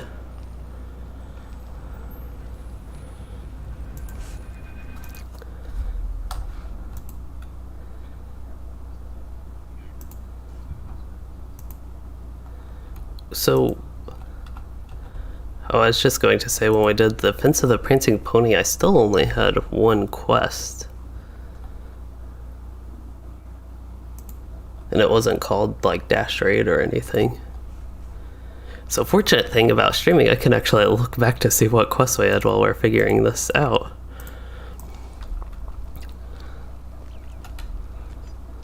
So, Dunarkarn, you said is pronounced just like Goladir's sword. Unfortunately, I have no idea what Goladir's sword is to know that.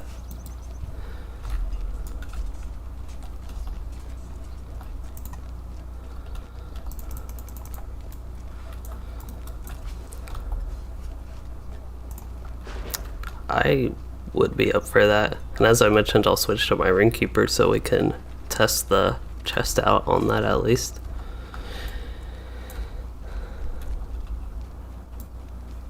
Yep. Let's see, I'm trying to go somewhere. Actually, I know where I'm going, but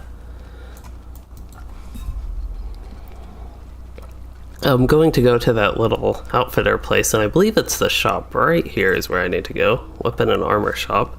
Somebody can correct me if I'm wrong on that, but as far as I know, this is where the outfitter is. So Dunarkarn, he said he's the ranger you rescue in the Ingmar storyline. I have to do the Ingmar storyline again, to be honest, because I definitely won't remember that. Don't remember that as well. So 12 inches folded. Let's see, you said you were about to buy LOTRO for the first time. You're asking what class I think is easier to play, Baroning or Lore Master, and what class is more needed and just fun. I like both of the classes. They're very different. One is a magical wizard, the Lore Master, and they can have bear pets. And then the other is a bear that can transform into human form, or maybe it's the other way around. Who do I need to go to here? We're looking for... maybe this isn't the outfitter. I don't really remember. Thought there was a regular outfitter. Here she is, okay.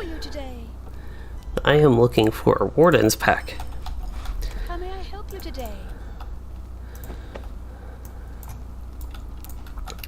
Oop. Yeah, that actually, I kind of like that look with this outfit, I think, so far.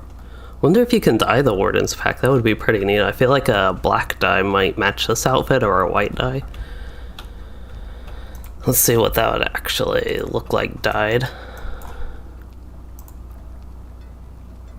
If you can even dye it. White? Oh, it actually doesn't look any different white to me. Where is black?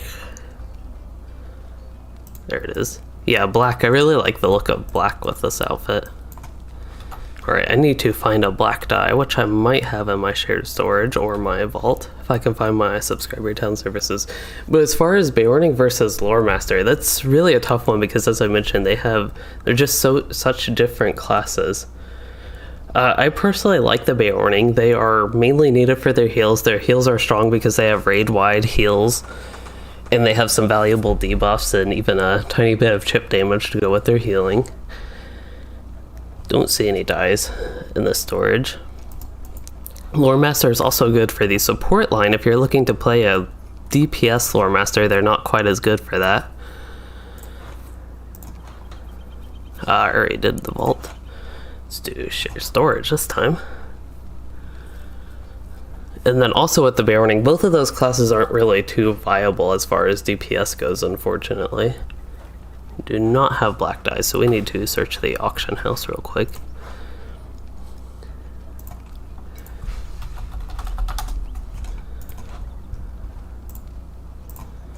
$400 silver seems like a reasonable price. Oh no, 400 silver is a more round number. I'd rather pay 1 silver more to have that. Then I want to dye the Warden's pack. And Lore Master, I think, I mentioned Beorning's fun to me. Actually, I'm having really scattered thoughts about the class right now as I'm getting this cosmetic. So that is my current Warden's cosmetic. If only I could dye the shield maybe like black and still have the gold border or something, would be pretty nice. But to try to have more concise and less scattered thoughts about the Beorning versus Lore Master.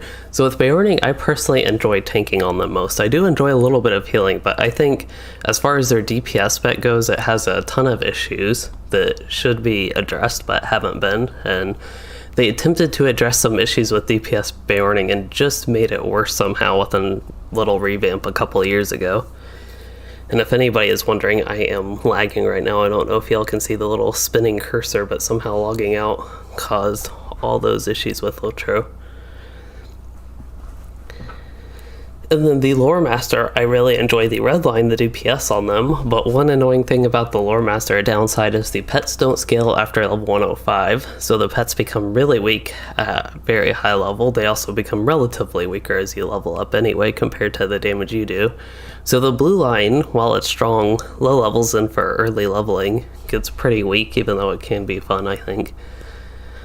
On the yellow line, it's a support spec. I don't really find it all that fun. Usually if I like support on LOTRO, I like maybe the captain style of support. And I like the more explosive spell part of Lore Master. So they each have their downsides and benefits, I guess, comparing the two. I'm really having, it's just like everything's frozen. Seems to be extra bad right now. There we go, I can finally switch to my Rune Keeper.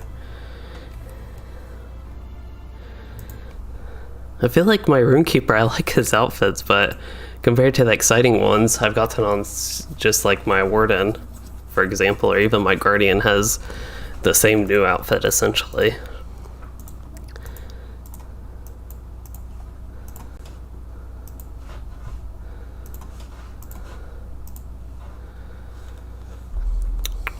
Yeah, it's just, I guess, a little bit less exciting with the new outfits for him.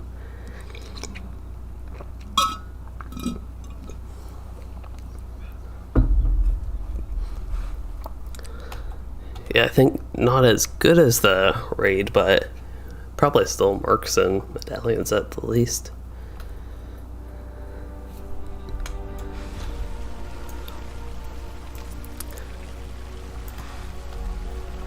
Six-man skirmish.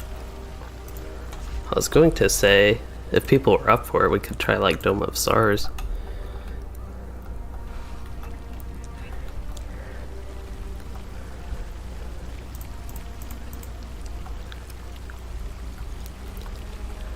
But I have a question, Jimmy. Your skirmish soldier, is his name Jasper? So, our kin leader, Jimmy, he has a character named Jasper, but he also has this skirmish soldier called Jasper. So he has an alt named Jasper and his skirmish soldier, Jasper. And then he has, on Jasper, his Rune Keeper, he has his skirmish soldier named Jimmy. I I guess so, yeah. Looks like a lot of hunters. So I think we're going to run Dome of Stars. That won't be skirmishes and it won't be Skraiding, but we weren't able to get the people. I'm fine with both of those. I know I suggested Dome of Stars, so I'm fine with whatever.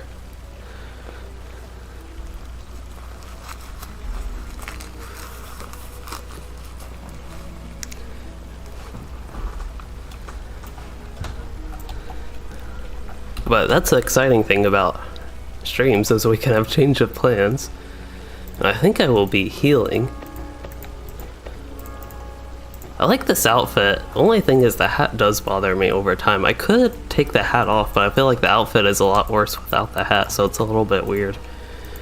Like, this used to be my good old adventuring outfit, but I feel like in Minas Tirith and Gondor I'm much less of an adventurer. This outfit is okay. It's like a cult looking outfit to me, at least.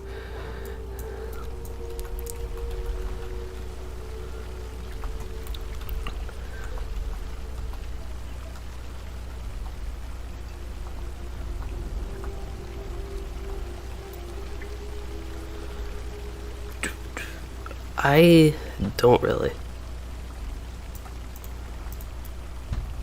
Here is, I think this is my first time actually streaming since he stopped floating, but I do think it's very sad we don't have floating Gandalf anymore. You can see him actually on the ground right there.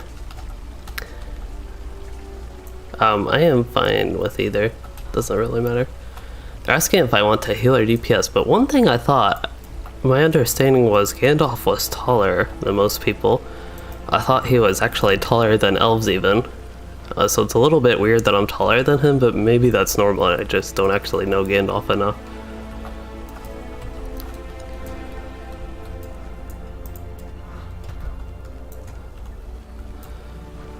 So, this character, while we're waiting, I'm really just spinning around here. Oh, 12 inches folded, I did not see your next question. I saw you said thanks for the info, but you asked what server is best to play on with most people and such. Oh, we can also test if featured instances actually work. Meanwhile, atop the Dome of Stars, the black blade of Lebanon casts a dark shadow. Yeah, I know they're supposed to be disabled, but I don't know. If his spirit cannot be banished to Mordor before uncovering... So this server is level 100 and featured instances didn't come out to level 105, just so people know. So they're supposed to be disabled. They say they're disabled until you actually get in the instance. They show that you get the quest. And then 12 inches folded, you ask the server.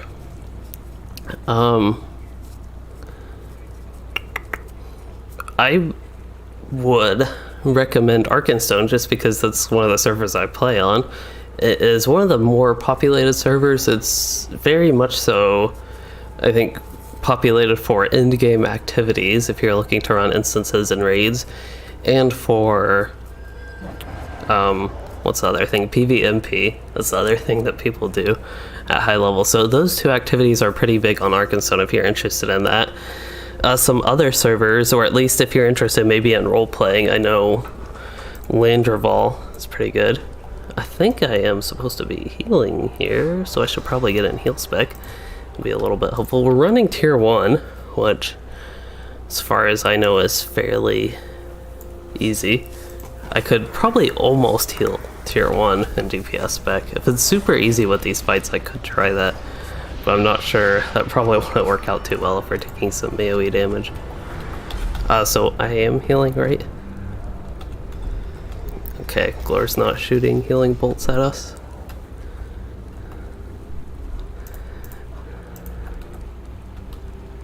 Alright, good to know.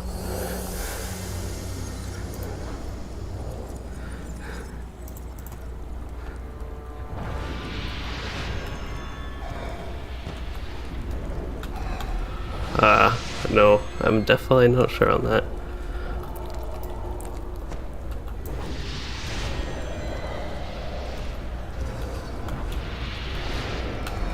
Yeah, I think. Unless I can actually go DPS spec and just give off heals.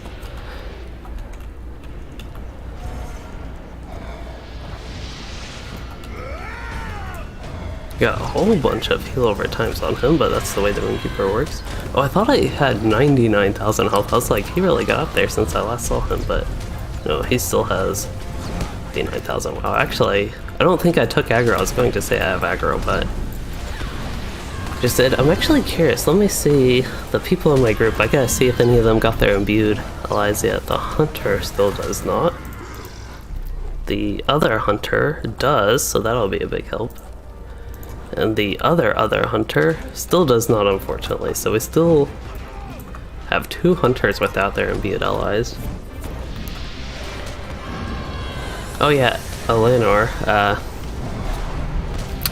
Or Len is a good one for. I'm sorry, I never finished the server talk. I'm very, I don't know, scattered brain, but just like, I don't know, out of focus today, which is odd for streaming. I just feel like way out of focus with anything going on. Wow, the hunter, how'd you get way over there? Hunter said she was yeeted way over there. I was wondering how that happened. I didn't even see it. I guess there is some sort of knockback effect. Hello, Ivan Stainer. You said you were just dropping in to say hi, and things are going pretty well. As I mentioned, I'm like totally out of focus. Be a bad time to be playing a hunter, because I would not be able to use any of my focus consumers. But yeah, I know also Landerval is a highly recommended server. It's not the most populated, so it won't be the best to play on with most people, but it could be the best to play on otherwise for you. And I don't think any of the servers are particularly bad. Wow, I did just like accidentally save that hunter. They really shouldn't be letting me heal right now.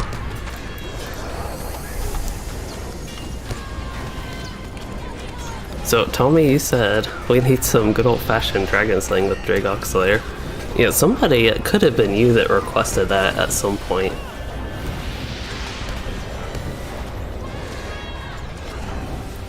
Dagnir. I wonder where that title's from. Hey Vanna, I have a random question. Where is your title from?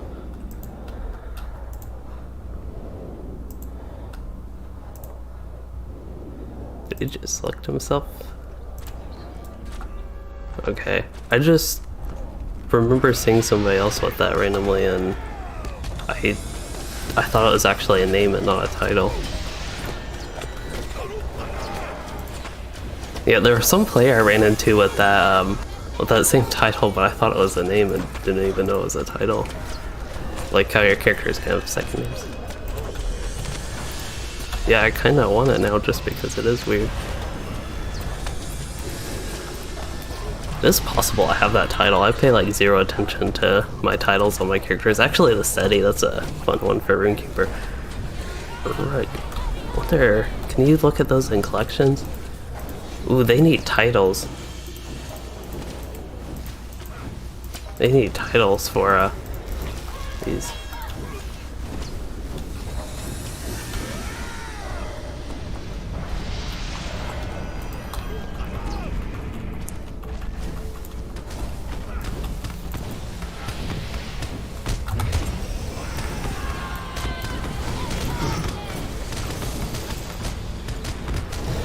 So far I have done basically no healing. I've had my heal over times going, but yeah, I've basically done no healing this fight.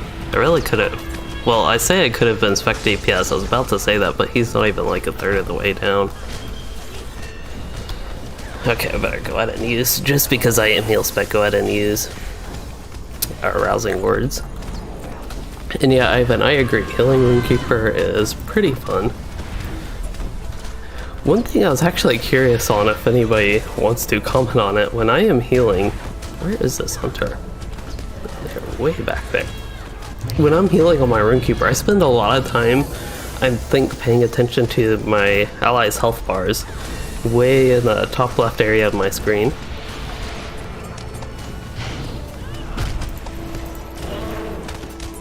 So I spend a lot of time looking there and at my skill bar. Also just in role playing, I spend a lot of time looking at my skill bar instead of what's actually going on.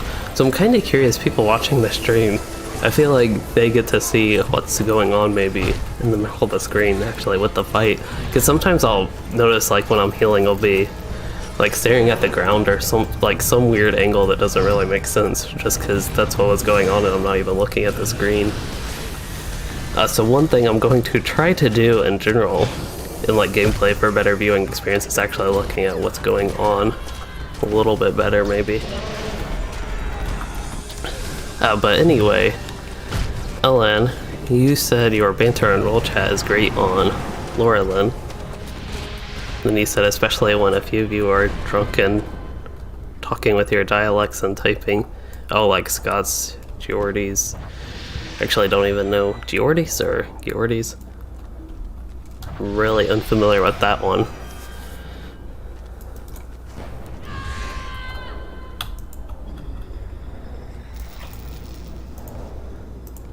Yeah, the gear here just isn't good. It's not updated to our current stats. It's kind of sad a lot of old gear pieces like this, these aren't even that old, but they just like aren't updated to our more modern stats and other sources of gear.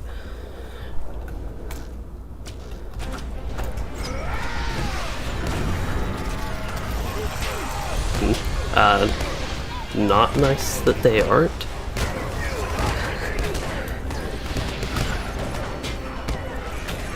Okay, I don't remember what I originally said. Anyway.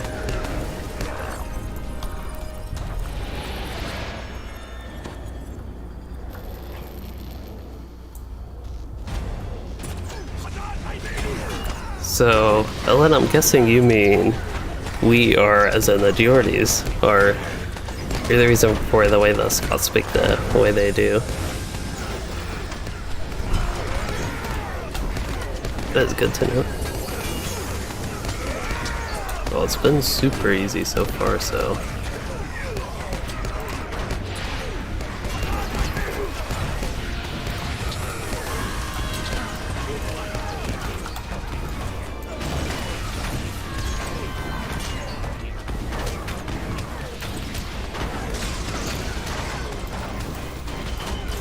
So, I'm actually going to test something. So, I'm going to, somebody is just like talking in Discord, so I'm going to let him finish, but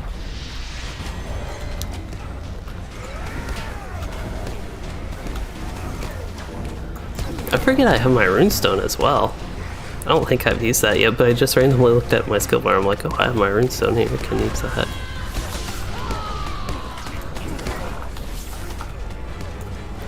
Somebody has an eye above their head. Okay, so did you say you switched? You were going to switch to like yellow line, or did I totally miss something there? Okay. So he is still on blue line. So I am going to try to.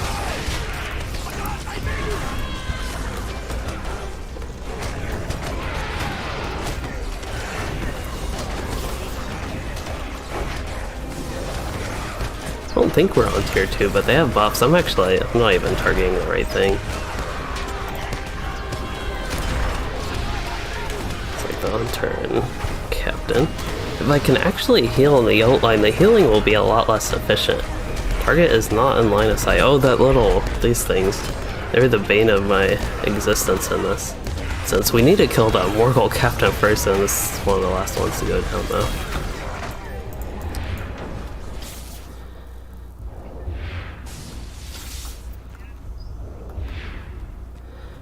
So Fahrenheit base.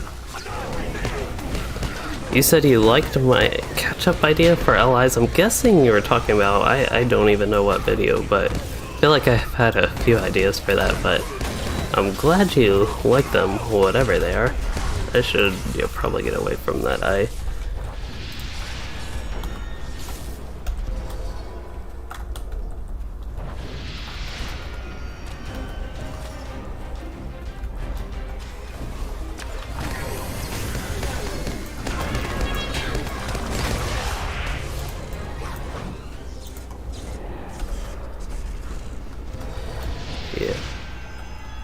Yeah.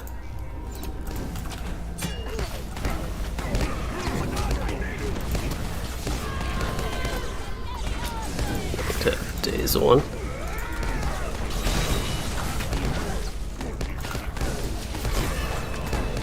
It's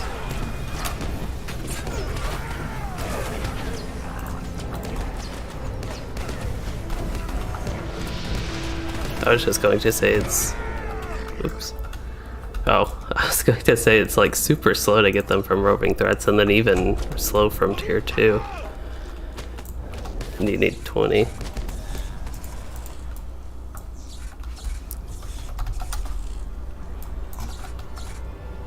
Okay.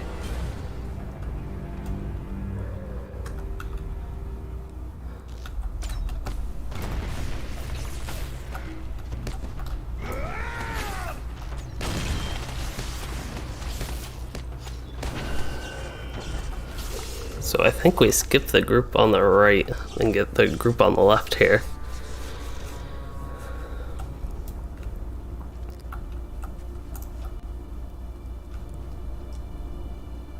Thought there's a path to the right here. Oh, did you go a different way? She went left then, right? So this looks like it'll be a tough group. This will actually test my ability to heal as a DPS, I think. One of the advantages I have trying to heal as a DPS is I have all this AoE crowd control, which definitely helps. Should probably still kill the captain though. I don't know if I was supposed to use. They have, yeah, the captains have a buff. Ew. That was something I could not heal. A couple eyes. I think it's the corruptors that do that eye that does all the damage there.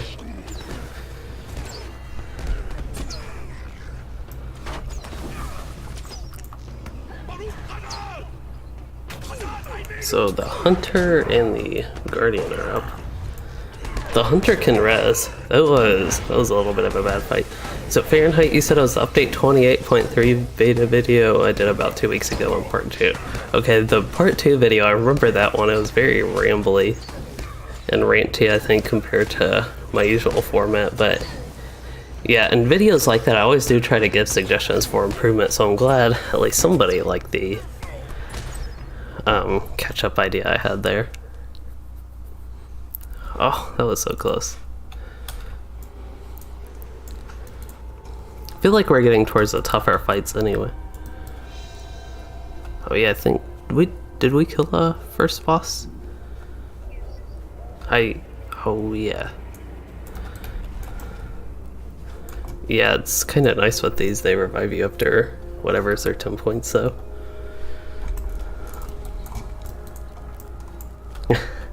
Yeah, that would be nice on that one.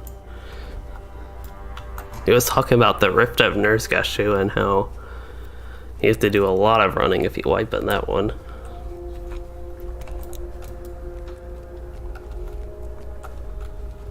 So he's a healing hunter that's also a champion.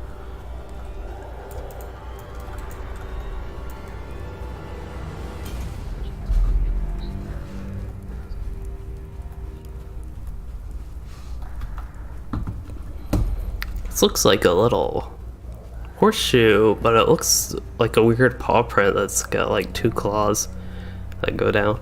I don't know why I randomly noticed that on the minimap, but it looks like, I don't know, like an aerial view of some sort of dinosaur type footprint to me.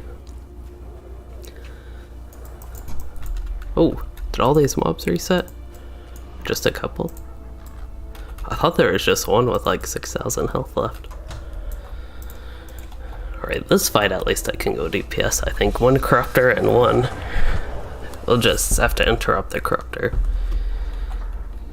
And yeah, just as a reminder too, the corruptor should be interrupted if possible.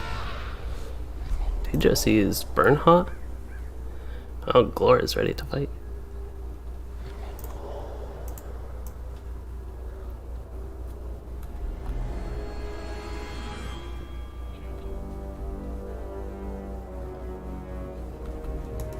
Somebody was asking something, I don't think it was to me.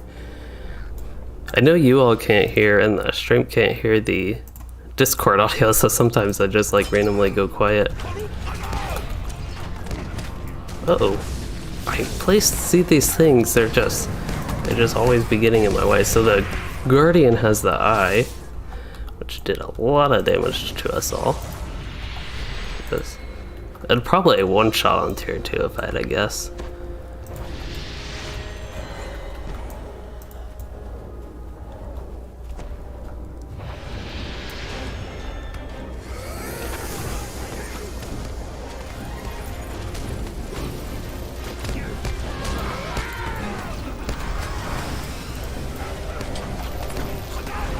Oh no.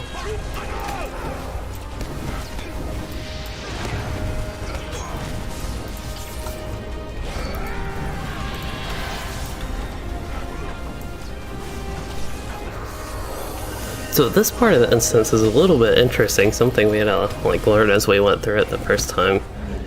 And I think if I remember correctly, actually I streamed this, I was probably healing on my Rune Keeper then as well. Or I think I was DPSing, we had Glor, he was playing his Minstrel I think and healed, but we have to kill each of these Easterling sorcerers, there are 5 of them around I think. One in each corner or something in little area section, ritual looking places like these. And then we have to, I think that one has a reflect. The other one has a reflect as well. But yeah, you have to kill the 5 sorcerers. And I think this is a side quest, so you might be able to do the instance without doing this, but then there's one in the tent as well.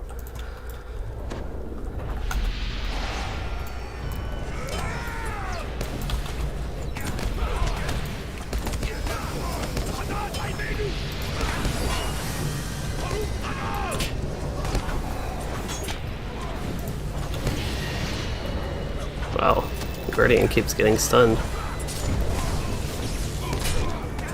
It looks like they are not getting stunned by my attack though.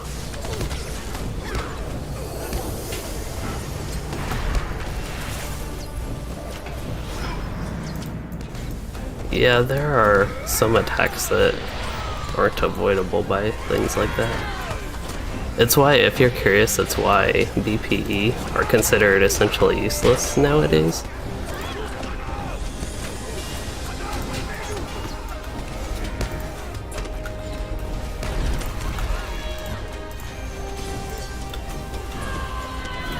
Sorry, I got silenced there.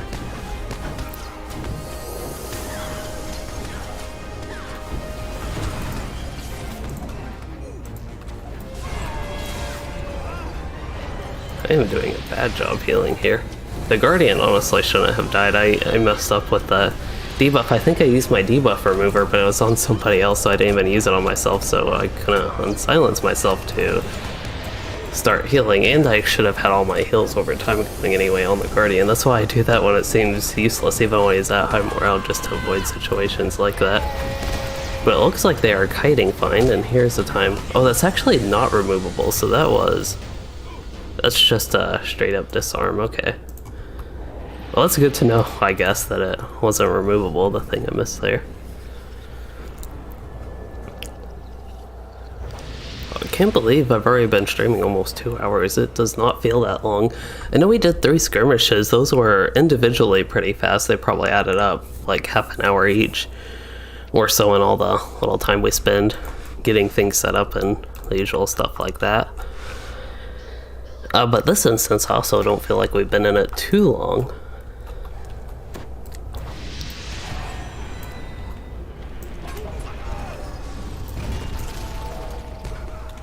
He has a debuff I can remove. All these little things with the little torch things. They are my greatest enemy in this instance.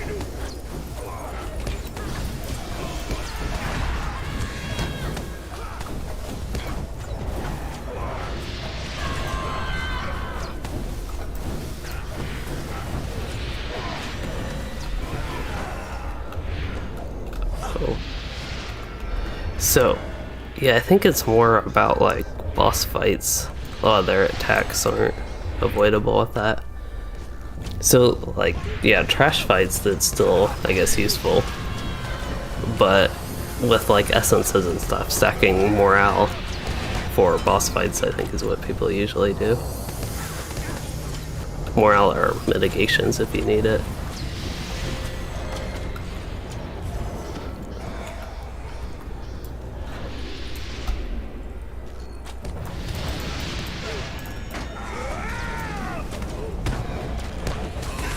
Okay, he has 3 eyes there. I don't know what they did, but usually eye debuffs are super bad, so I want to make sure I got rid of those. Unfortunately, I just totally went down. I think we got a couple groups at once there. Hello, Jason Agosto. He said you didn't even know people still play this game. Well, one, yes, people definitely still do play this game. And people are even nice enough to res me. Thanks.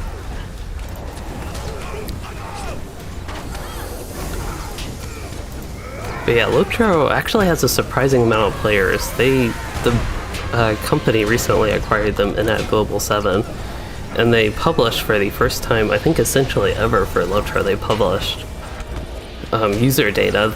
They have 100,000, I think, roughly monthly active users, if I remember correctly. That was somewhere around the number. So it is still a decently populated game, at least with that. I don't know why I'm spam healing the captain, but that is what I decided to do. I'm actually going to go full DPS on this fight, and then I get disarmed so I can't even do anything.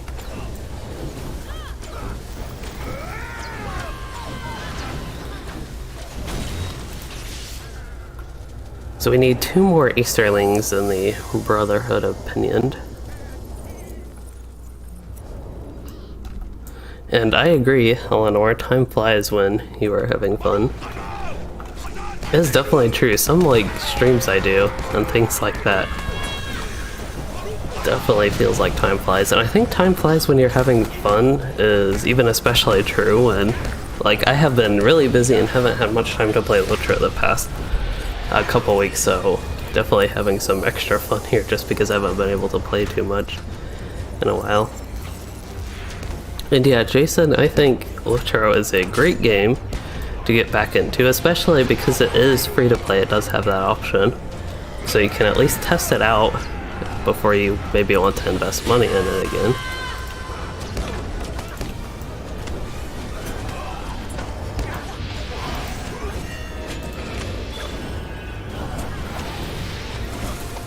Need to remove the corruption.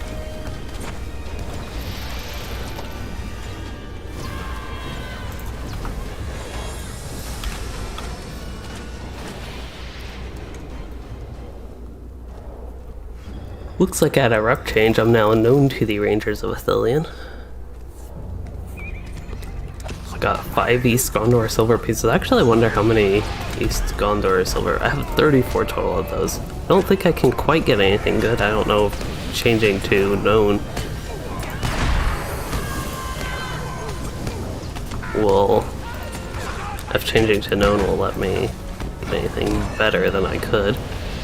I don't even remember anything in particular from that barter. I know there's going to be the now maxed tier imbued scrolls.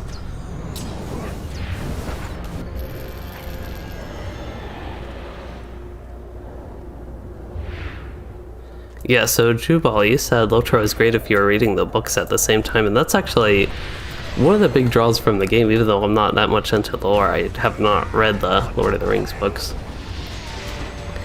But it is very lore-friendly of a game, I know, and a lot of people say it is a good kind of recreation of the books in a game environment, especially in an MMORPG environment. That's a little bit of the crazy part. There are so many like side things that make it an MMORPG game to be a little redundant, I think. But yeah, I think we are getting this side boss now, Lord of Opinions. And the first time we tried this, I got stuck in the walls, so to speak. Walls, even though it's like an open area. So gotta make sure you enter the room all the way.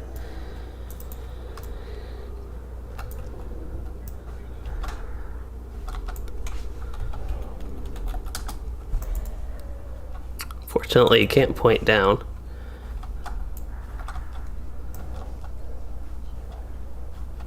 You gotta make sure everybody actually gets on this side of the little rocks rubbly area here.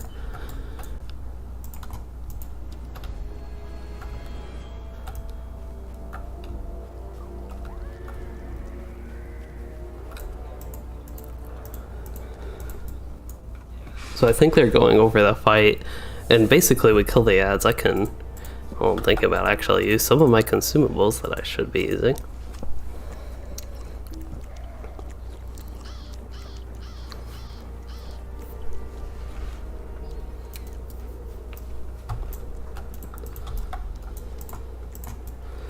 I believe a few of them are attackable at once.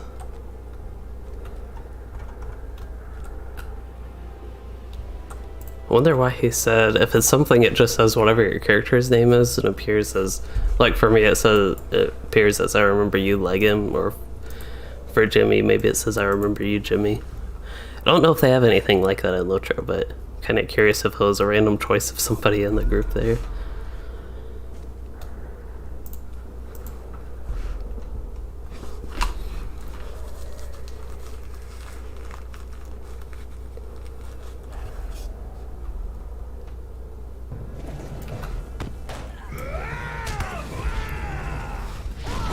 Also, I believe they occasionally become immune.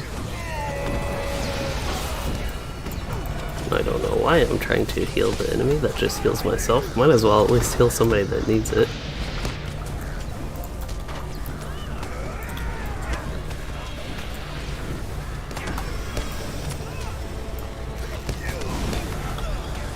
Do a little bit of damage.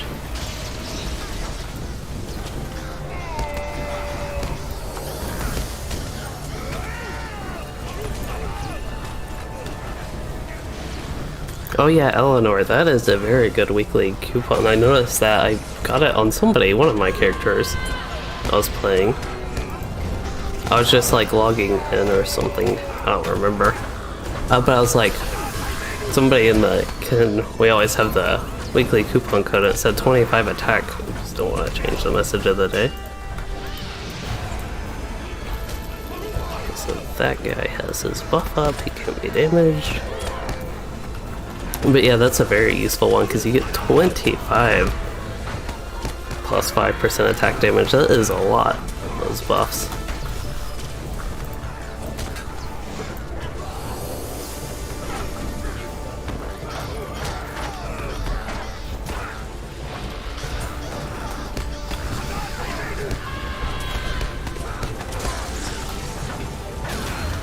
Oh, I used Epic Conclusion to get his buff where he doesn't take that much damage once I finally got around to using it. It's really nice with Rousing Words. This is such a strong heal. It does a lot of healing when you cast it while it's channeling, but applying the red up health heal over time allows me to also focus on damage a little bit, get a little bit of damage. I have it's not extremely helpful, but it's a little bit helpful.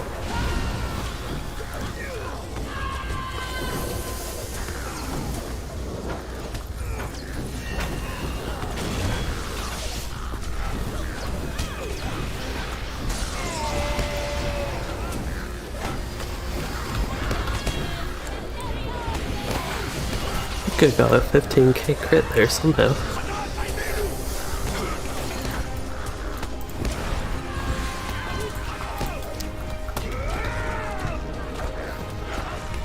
So I think we're doing a big burst phase. The Warden, the Guardian's going to do his break ranks, and then we also have Oathbreakers. And I will also use Flare of Words. Oh, I got a 30k crit as a heal spec. Yeah, that's nice. I gotta...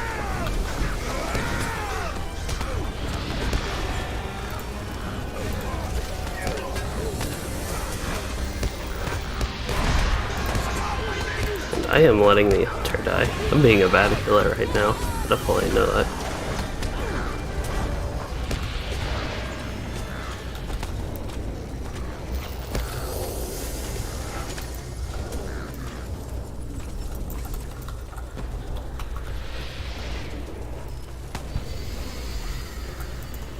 Somebody got their Beast Slayer done. That's actually nice. I wonder my progress on that.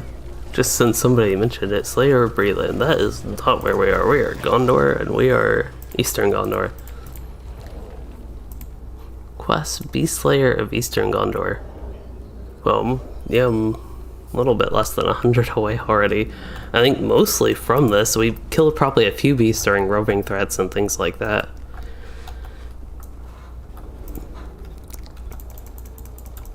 He did not have basically any loot. We got marks and medallions, kind of the usual stuff, some LI stuff, but it was not a very rewarding boss overall as far as the loot goes. But the loot isn't too exciting in this instance anyway, it seems, especially on tier 1. The Morgul crests are, they kind of feel like they should be exciting, but then you need 20 of them for one piece of gear.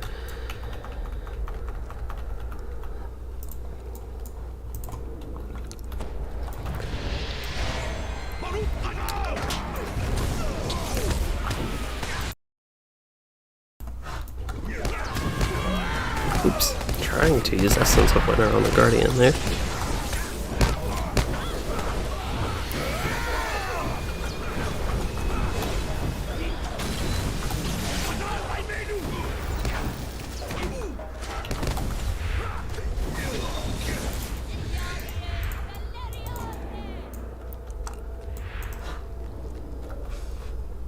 I need to get some screenshots.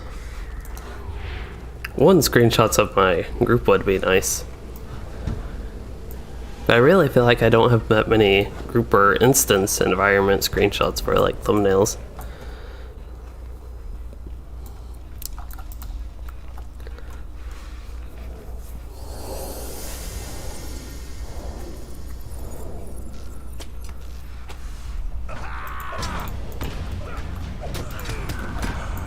Wow. Apparently there's a door somewhere. I'm having a lot of lag, but there's a door somewhere in here that says 2 Dol Amroth. I don't know what I was taking damage from, but did a lot of damage. Oh, just crushing shadow. Wonder if that was some sort of melee AoE or if I got in front of him on accident.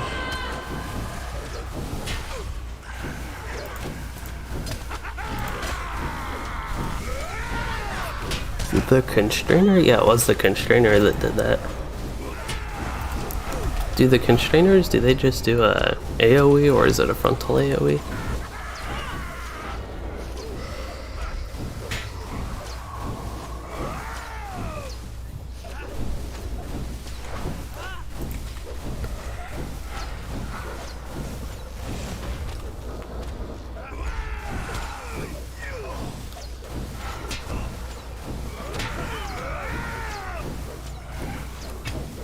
Fully getting that down. There still is the captain up. The guardian went down though, so I don't know. Could actually pay attention to the health. Nope.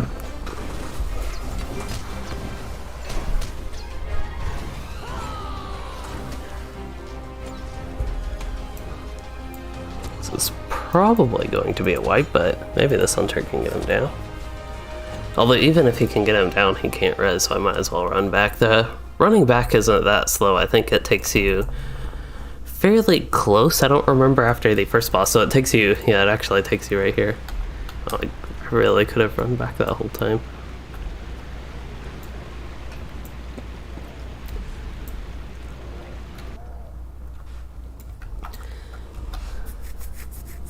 And I need to take like a 10-second break from the stream. I have to take my jacket off. Which means I have to get my headphones off. I will be right back 1 second, sorry.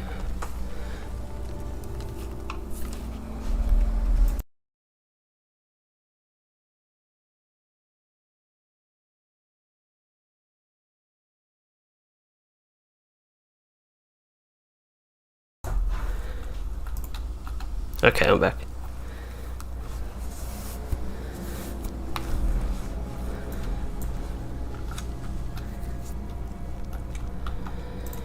So this part, I think we have to kill... There's an NPC on the right, that black guard door warden, and then there's another one of those we also have to kill, but I think the guardian wanted to explore something here. in this instance. Oh yeah, we'll see. I'll actually test out. I'm going to be close to him to see if I get hit by an AoE.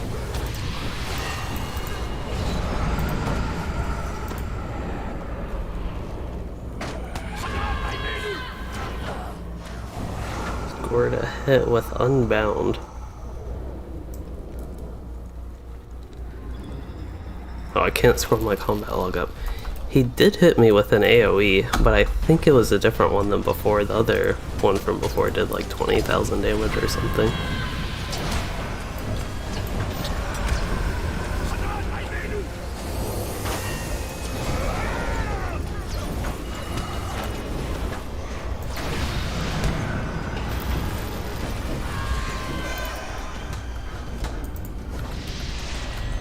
So in the landscape, the Guardian has said that there is a door to Dol Amroth apparently somewhere in here that you can't get to, but if you press delete, you can actually target that.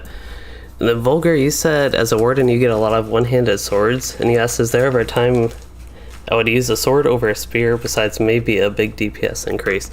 So technically, if you're playing the Race of Man, Elf, or High Elf, a sword is slightly better than a spear.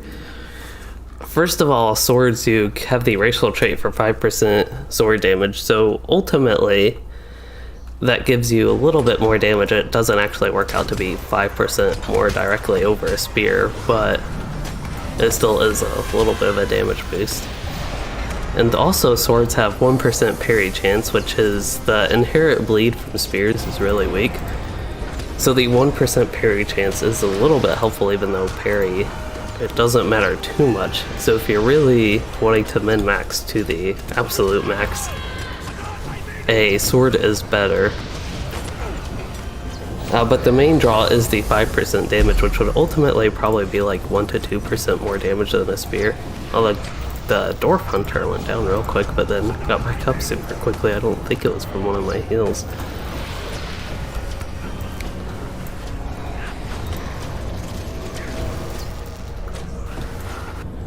So otherwise, while leveling or something like that, I just equip whatever weapon is best. For fun. So somebody accidentally pulled another group, and oddly as a healer I do think it's more fun, and at least this fight they were taking a decent amount of damage, so I'm actually paying attention. Just like randomly healing people with heals over time is basically what I'm doing.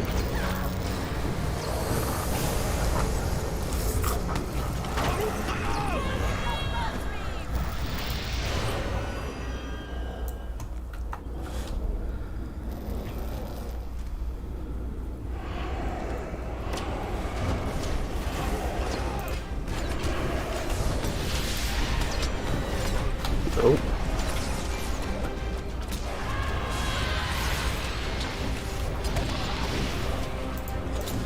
Somebody took aggro. I don't know if they took aggro. I was targeting Jimmy as soon as I saw him. But he was running to one of the hunters.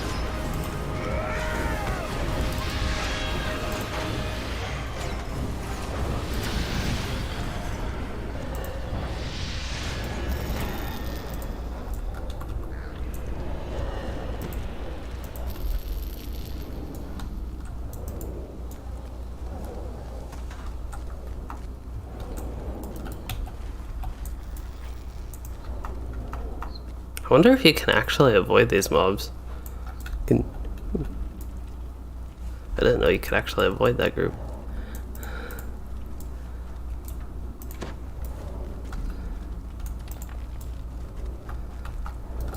For some reason, I think when I ran this last time, when I just like ran by, I pulled them. Maybe I could definitely see myself. I'm accidentally running into them or something, or thinking we do need to get them. Oh, we're really playing. This is always a dangerous game if you're running with pugs to just like try to avoid mobs, but we're doing a good job right here. What were we looking for? Oh. Was there not a second one downstairs?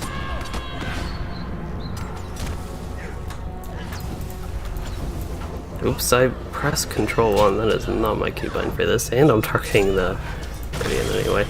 So I was going to daze him, but everybody joined the fight by the time I actually found where it was anyway. I was going to try to daze him with Shocking Touch.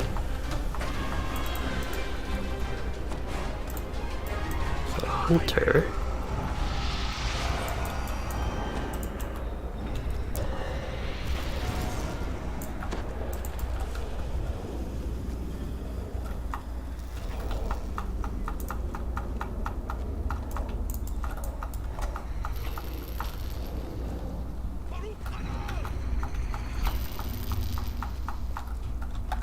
We are looking for a Door Warden, which should be a Nemesis.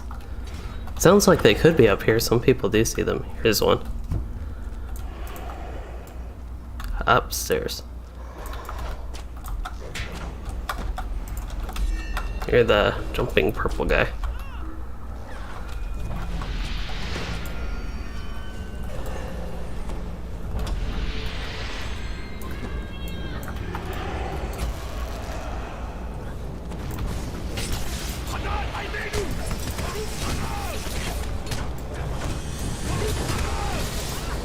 Oh, we got that debuff. I think only one of those was removable though.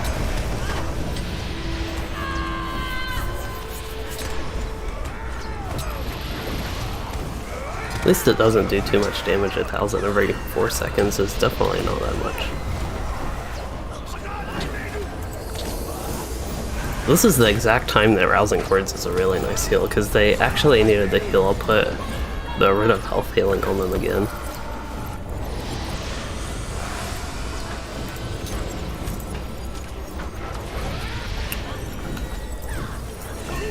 It's also another thing with healing. I mentioned that I often look at the health bars and maybe my skill bar, but I had floaty names up. Usually that bothers me if it's on for a while. I was looking for the Door Warden earlier, but that's just another thing I noticed. I probably had that up a lot longer than normally I could bear. I was actually paying attention to what was going on in the game, and I got stunned and I'm taking a lot of damage there.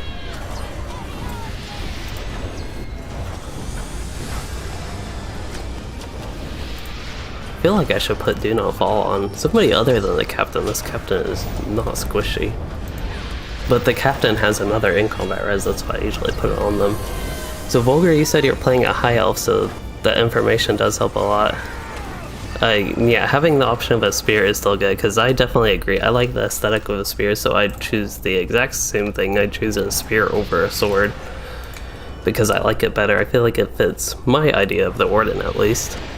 I think swords can fit Wardens if people are interested in that, but I think spears fit a little bit better to the class fantasy.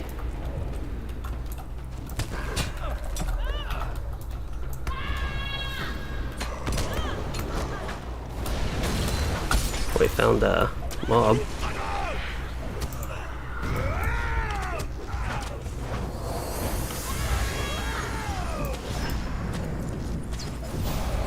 Those were the most random fellowship maneuver things people did.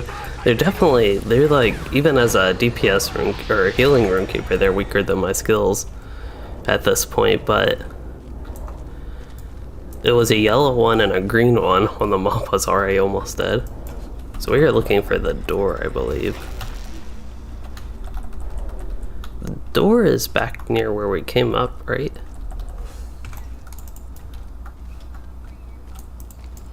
I think we need to go northeast for that.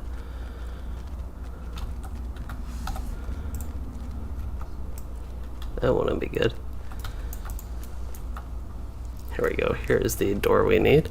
So I will make sure everybody starts getting through safely. It looks like they did.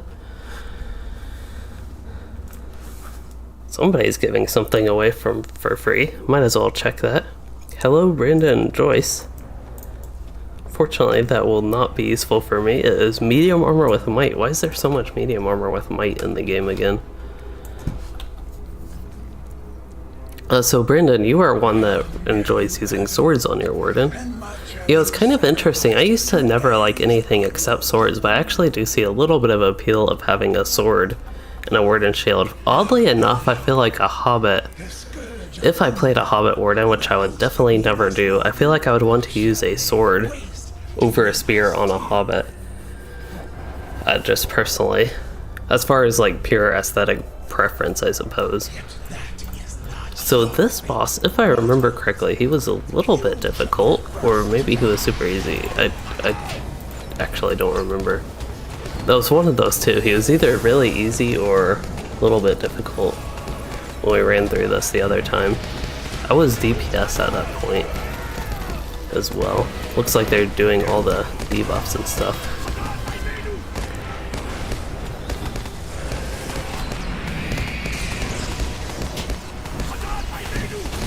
Okay, so they had a bunch of debuffs. That time I actually got up to 32,000 crit as a healer. Which to me at least is a lot for, especially the level of this character. Ooh, I had Do Not Fall on Banna, I think. I hope. So they all got one shot with Seize of the Mind, that's what it's called.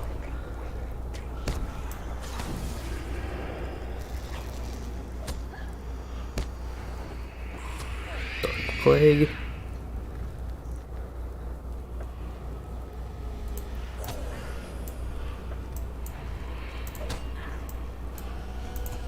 Oh, it got him down really well. I don't know, I might have missed when they first went down with the health, but it looked like they essentially got one shot. Let me go ahead and retreat.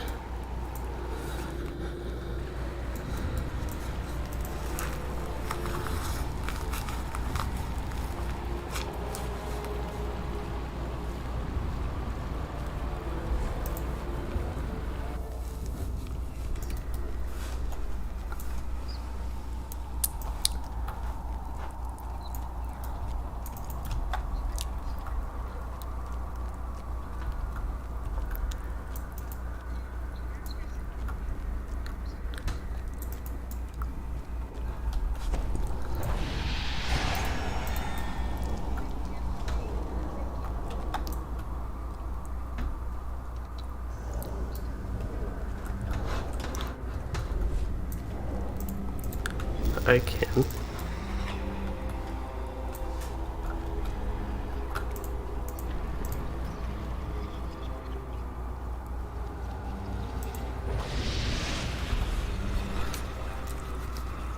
I might be the only one here, or Jimmy, you might have. Isn't it like Shield Bash or something? A little unreliable, but it's an AoE stun. And then I have the Runestone.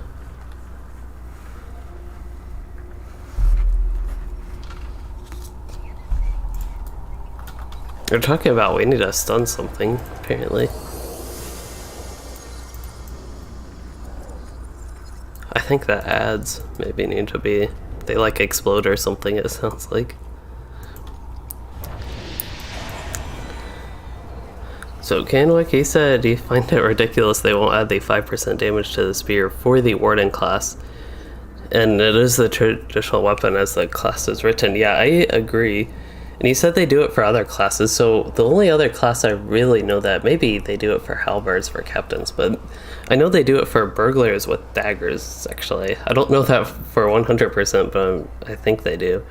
And yeah, I agree, I think that's a type of thing they could do for the Warden, because the class fantasy part is a spear, and having it 5% so you can still use your racial weapon, like a sword, if you wanted, and then you'd still have the option to be equally as powerful with the traditional weapon, as you mentioned, the spear.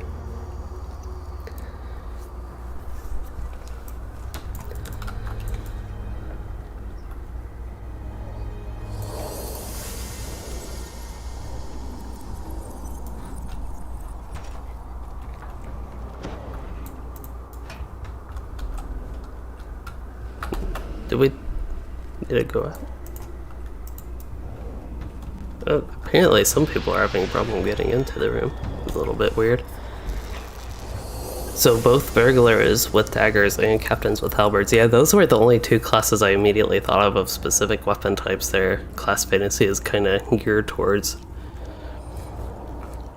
with captains, at least high elf captains, for some reason I'm not a big fan of the halberd animations. I don't know why, and I don't know how it compares to the Rise of Mana animations for halberds, but it just doesn't fit that well to me personally. Like, I might have mentioned this in my Captain class story video way back, whenever that was. Eventually I do want to get to my Warden class story video that goes similar format to that. It's another one of those projects. There's so many lists of things I have.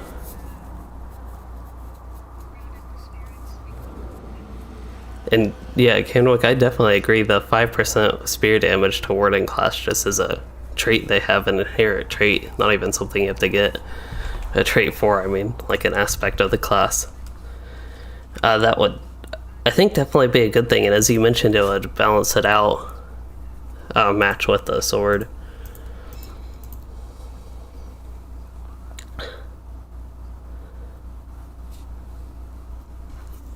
But in my Captain class story video, I think I mentioned specifically, I don't remember if I actually mentioned it in that video, but the idea I had specifically was that my high elf captain felt like he never actually used a halberd in his life, and the first time I equipped one on him was his first time ever picking up a weapon, even remotely like that. Just the animations made it look like he had no idea how to use it, so it was a little bit weird. Which is the opposite of the Warden. All my Wardens look like they actually know how to use a spear.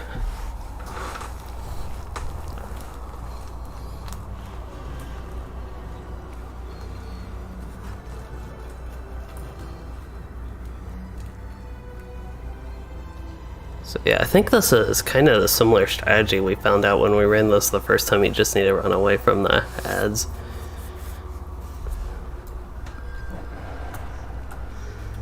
So I think we will probably do a similar strategy. I'm going to look on the auction house real quick. Oh, I don't have the subscriber town services on this character. I will not look on the auction house. I was going to look for some potions because I just saw us out with the one I just took off the bar, the gray one. Okay, get my heals over time rolling.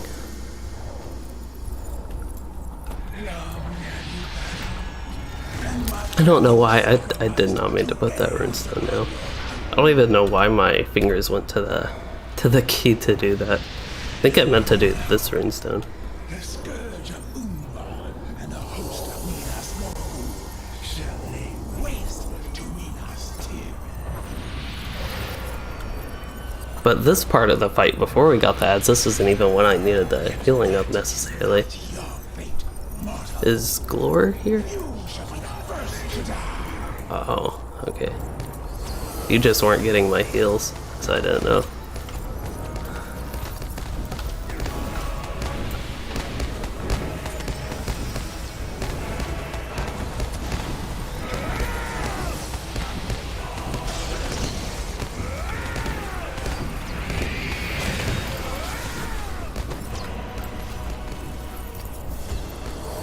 So the hunter that was hanging back there, he got veered right into the wall. It looks like they're still, I guess they have a lot of range, so it looks like we just need to kite these guys around. They'll eventually explode.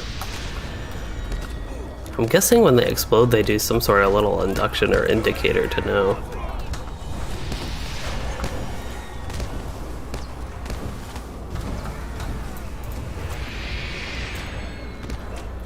Oh, so the captain went and tanks back. He has a lot of health now. Get him some heal over times.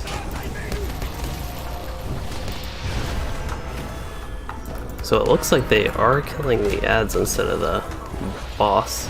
Although I say that, but the boss has pretty low health. So I actually don't know.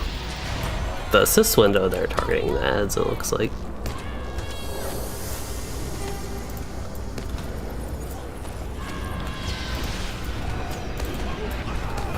Sorry, I was a little slow there. I totally forgot to put Do Not Fall on him as well.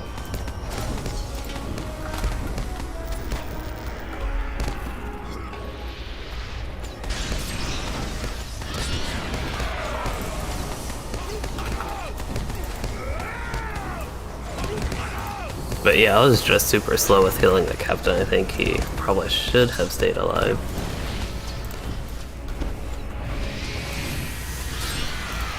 Yeah, I forgot to put Do Not Fall up too. I have it up on you now, though, Jim.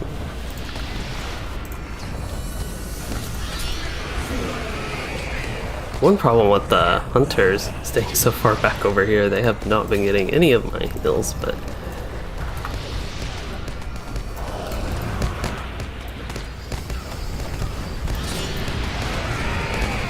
Ooh, I can remove this corruption.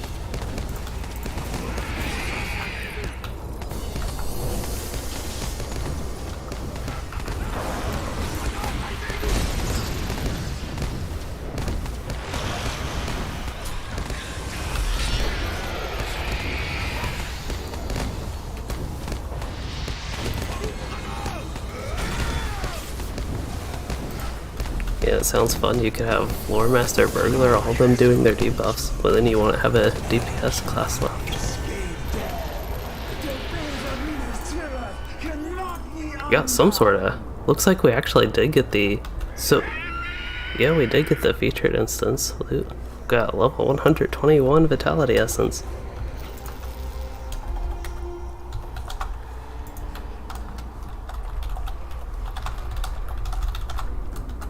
Well, that is very good to know.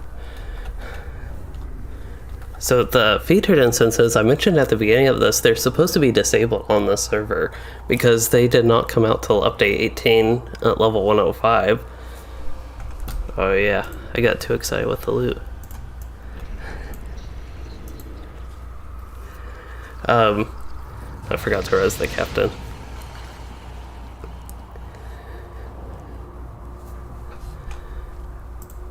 But yeah, even though we aren't supposed to, and they say they're disabled, it says like you won't earn rewards and all that, but when you actually go into the instance, as we saw, we got the featured instance, so they're pretty nice. They give scrolls of empowerment and things like that. I know people on the other servers don't run ones too often.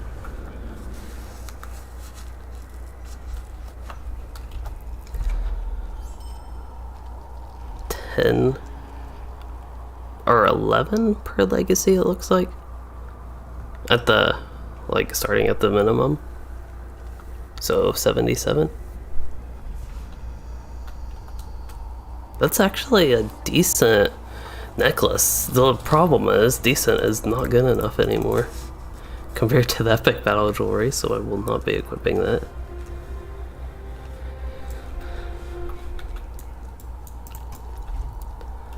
Yeah, especially...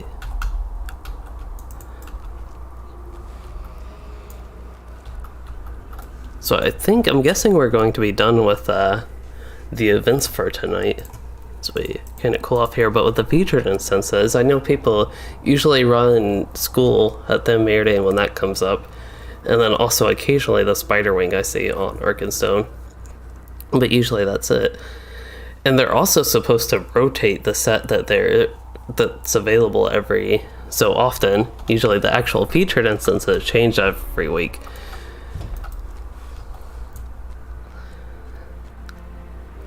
But yeah, it's kind of weird that you get a level 121 essence for those running them at level 100.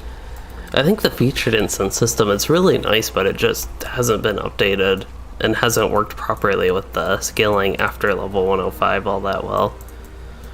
I feel like the ideal, if I were to implement the featured instance system kind of ideally, it would actually start at level 20 when you unlock instances. So you'd have a under the level cap run, 20 to 129.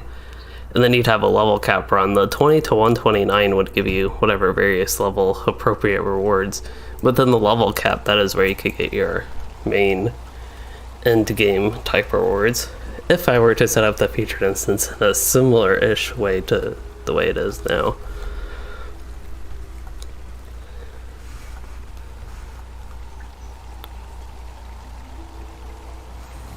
So, one thing I want to look at is we were looking at the East Gondor silver pieces earlier. I wonder if I have West Gondor on this character.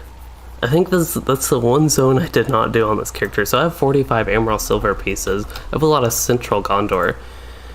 So I know they upgraded the Scrolls of Empowerment, the max tier ones now, from those. So I'm curious on my Rune Keeper here what I can barter for. And this is just something I can do kind of quickly while we do some outro stuff, because I think we're done as far as instances go, just because normally we go about this long as I can. So yeah, while we're finding out exactly what's going on and waiting here. See, these weapons are interesting. They look almost like halberds, but also like spears. They just look a little bit long for spears, but they're pretty neat. I don't know if I'd associate just the look of these NPCs as wardens. They look like they could be wardens, but they really just don't look quite like wardens to me. They almost look like captains, if I'm going to be honest. They look like captains that use a spear, which is almost like a one-handed version of a halberd. And yeah, Jim Derringer, this is a kind of video topic I've been thinking about. Is there a ton of currencies in LOTRO, and also premium currencies? There are so many different premium currencies. Of course, it's a strategy to make more money. Just like with the LOTRO store, say you spend $20 on LOTRO points, but something you want takes like 5 more LOTRO points than whatever $20 gets, so you'd have to get $30. That's one issue. I don't know. Did not mean to click that. How may I help you, friend? I don't know that that's exactly a case that happens in LOTRO frequently, but a lot of games like this with something like that. But then also, there's Mithril coins, which you have to get LOTRO points to get. There's basically no in-game way to get them. I think there's the old loot boxes would be able to. Yeah, thanks everyone.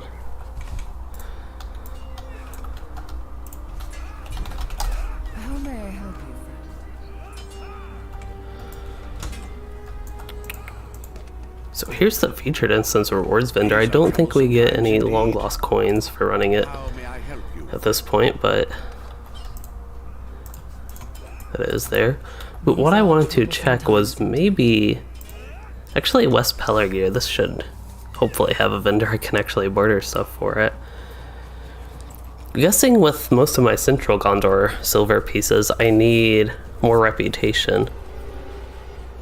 And Jim, I definitely agree on that strategy. I also sit on Mithril coins mainly for travel. On some characters I get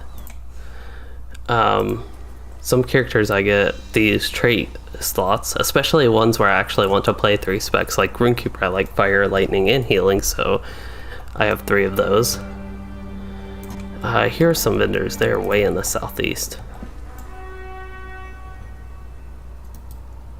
And Ellen, you said those spears looked like the Ranseur. No idea if I'm saying that close to right.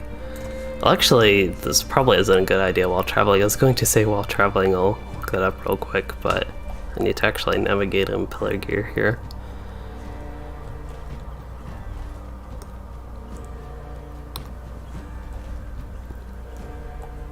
Uh-oh.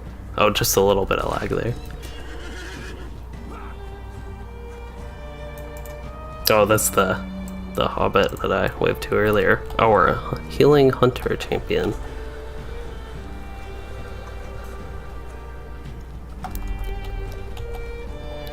But yeah, Mithril coins, as far as things I would regularly spend LOTRO points on it, I mean, I don't really buy LOTRO points, I just get whatever I get from being a VIP and in-game activities, but Mithril coins is probably the most consistent thing I would get. Otherwise I get things that are on really big sales, and that's pretty much it. Shared storage and wardrobe spaces are nice. That might be something, if they go on a good sale in the future, I might consider getting, but yeah, Mithril coins are definitely nice.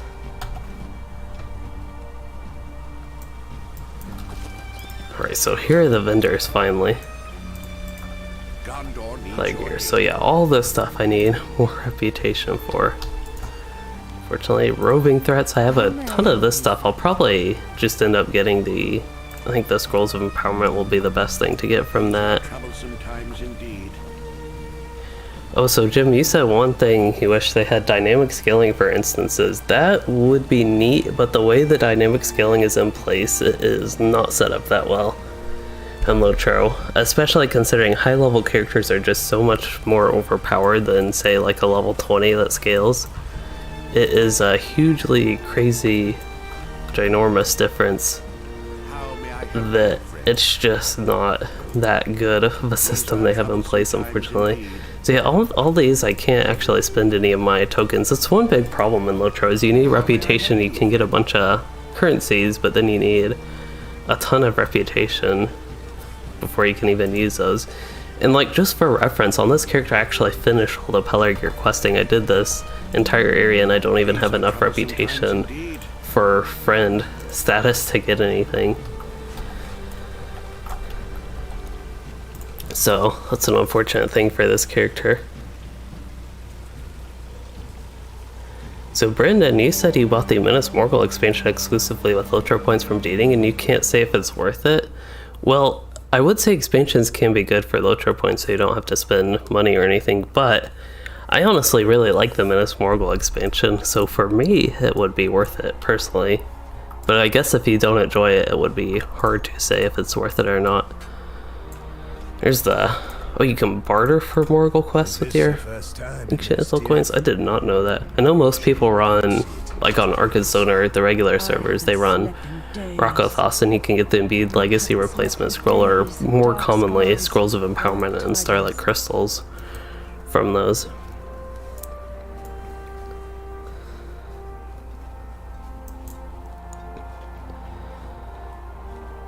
And Jason... Augusto, you said the only reason you haven't gotten back into LOTRO is because of the free-to-play restrictions. Yeah, there are a lot of restrictions for free-to-play players, unfortunately. I think it's one of the, I don't know, big, probably one of the worst spots of the game is how unfriendly it is to free-to-play players. And I think it's hard, a lot of new players, it's just hard for them to think it's worth spending money when they can't see all that much of the game. You can get to like level 30 and see if you enjoy the game, but you can't tell too much from then if you think it's worth spending money on. So I personally feel like they could monetize it a little bit differently, get more players in, and even more players willing to spend money on the game. But yeah. So Brandon, oh, you said you got the points from deeding, so that is a lot of deeding for 2,500 LOTRO points. Took you a month or two. Well, at that rate, I would say you definitely have to. Very important that he would end up enjoying the content. As I mentioned, I personally do enjoy. Let's see what this guy has. Pelennor battle. Oh, I actually can barter for these things. I don't know if this is what I will spend my Morgul crest on, but I have to keep it in mind.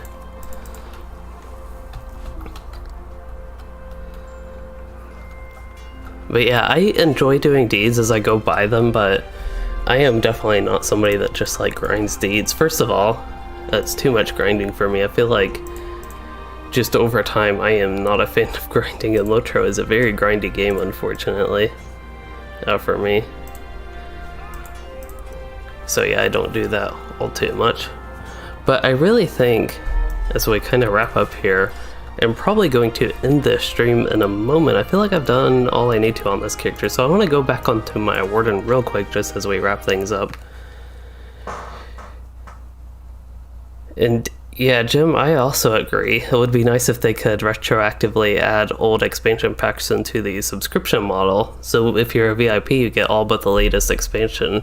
And they could even do it the way they had the mini expansion, which I know a lot of people hate the way they made that, but they can make it so you get all but Minas Morgul and War of Three Peaks, say.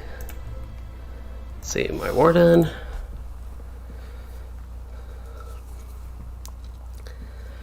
But kind of thinking towards the future content on my channel, I plan to have an interesting video. I hope it's interesting, early next week at the latest.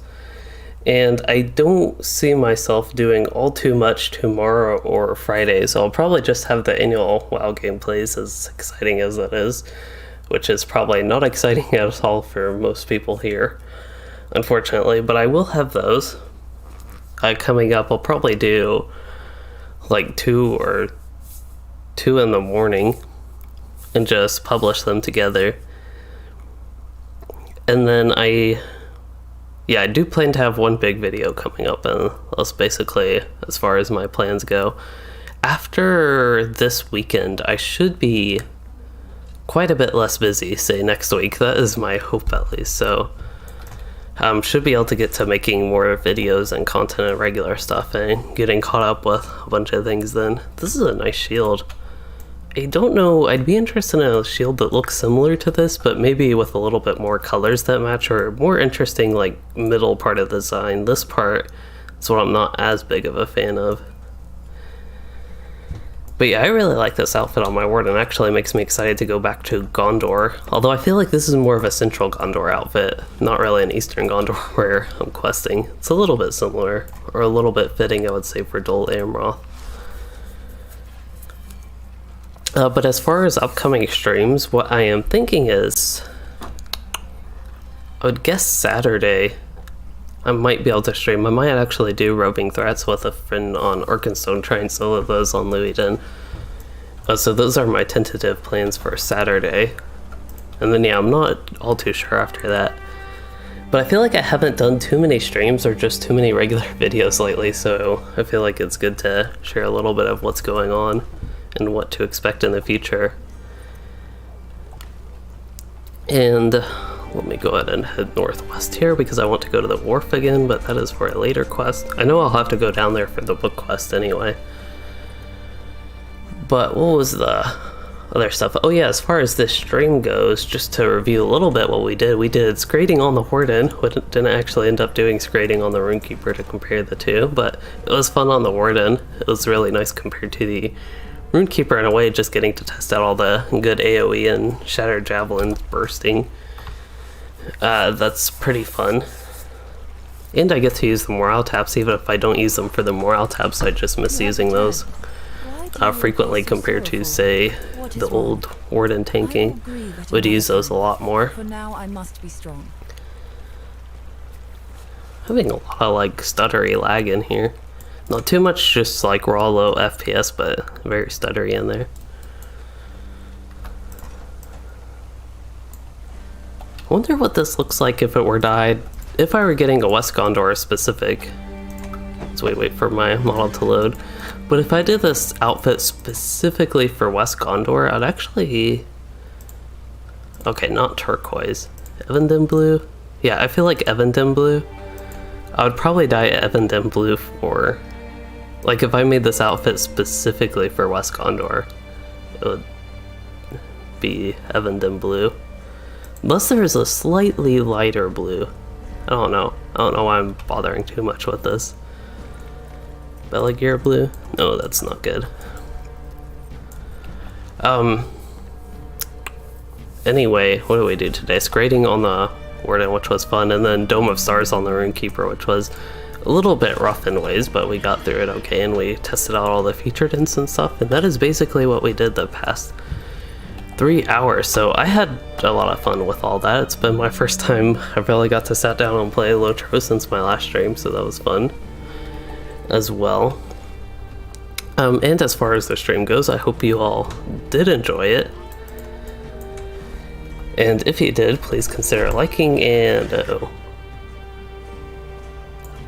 Alright, we will end on that death. If you did enjoy, please consider liking and subscribing for more, or becoming a channel member like so many people in this stream here today have. And thanks for joining and watching and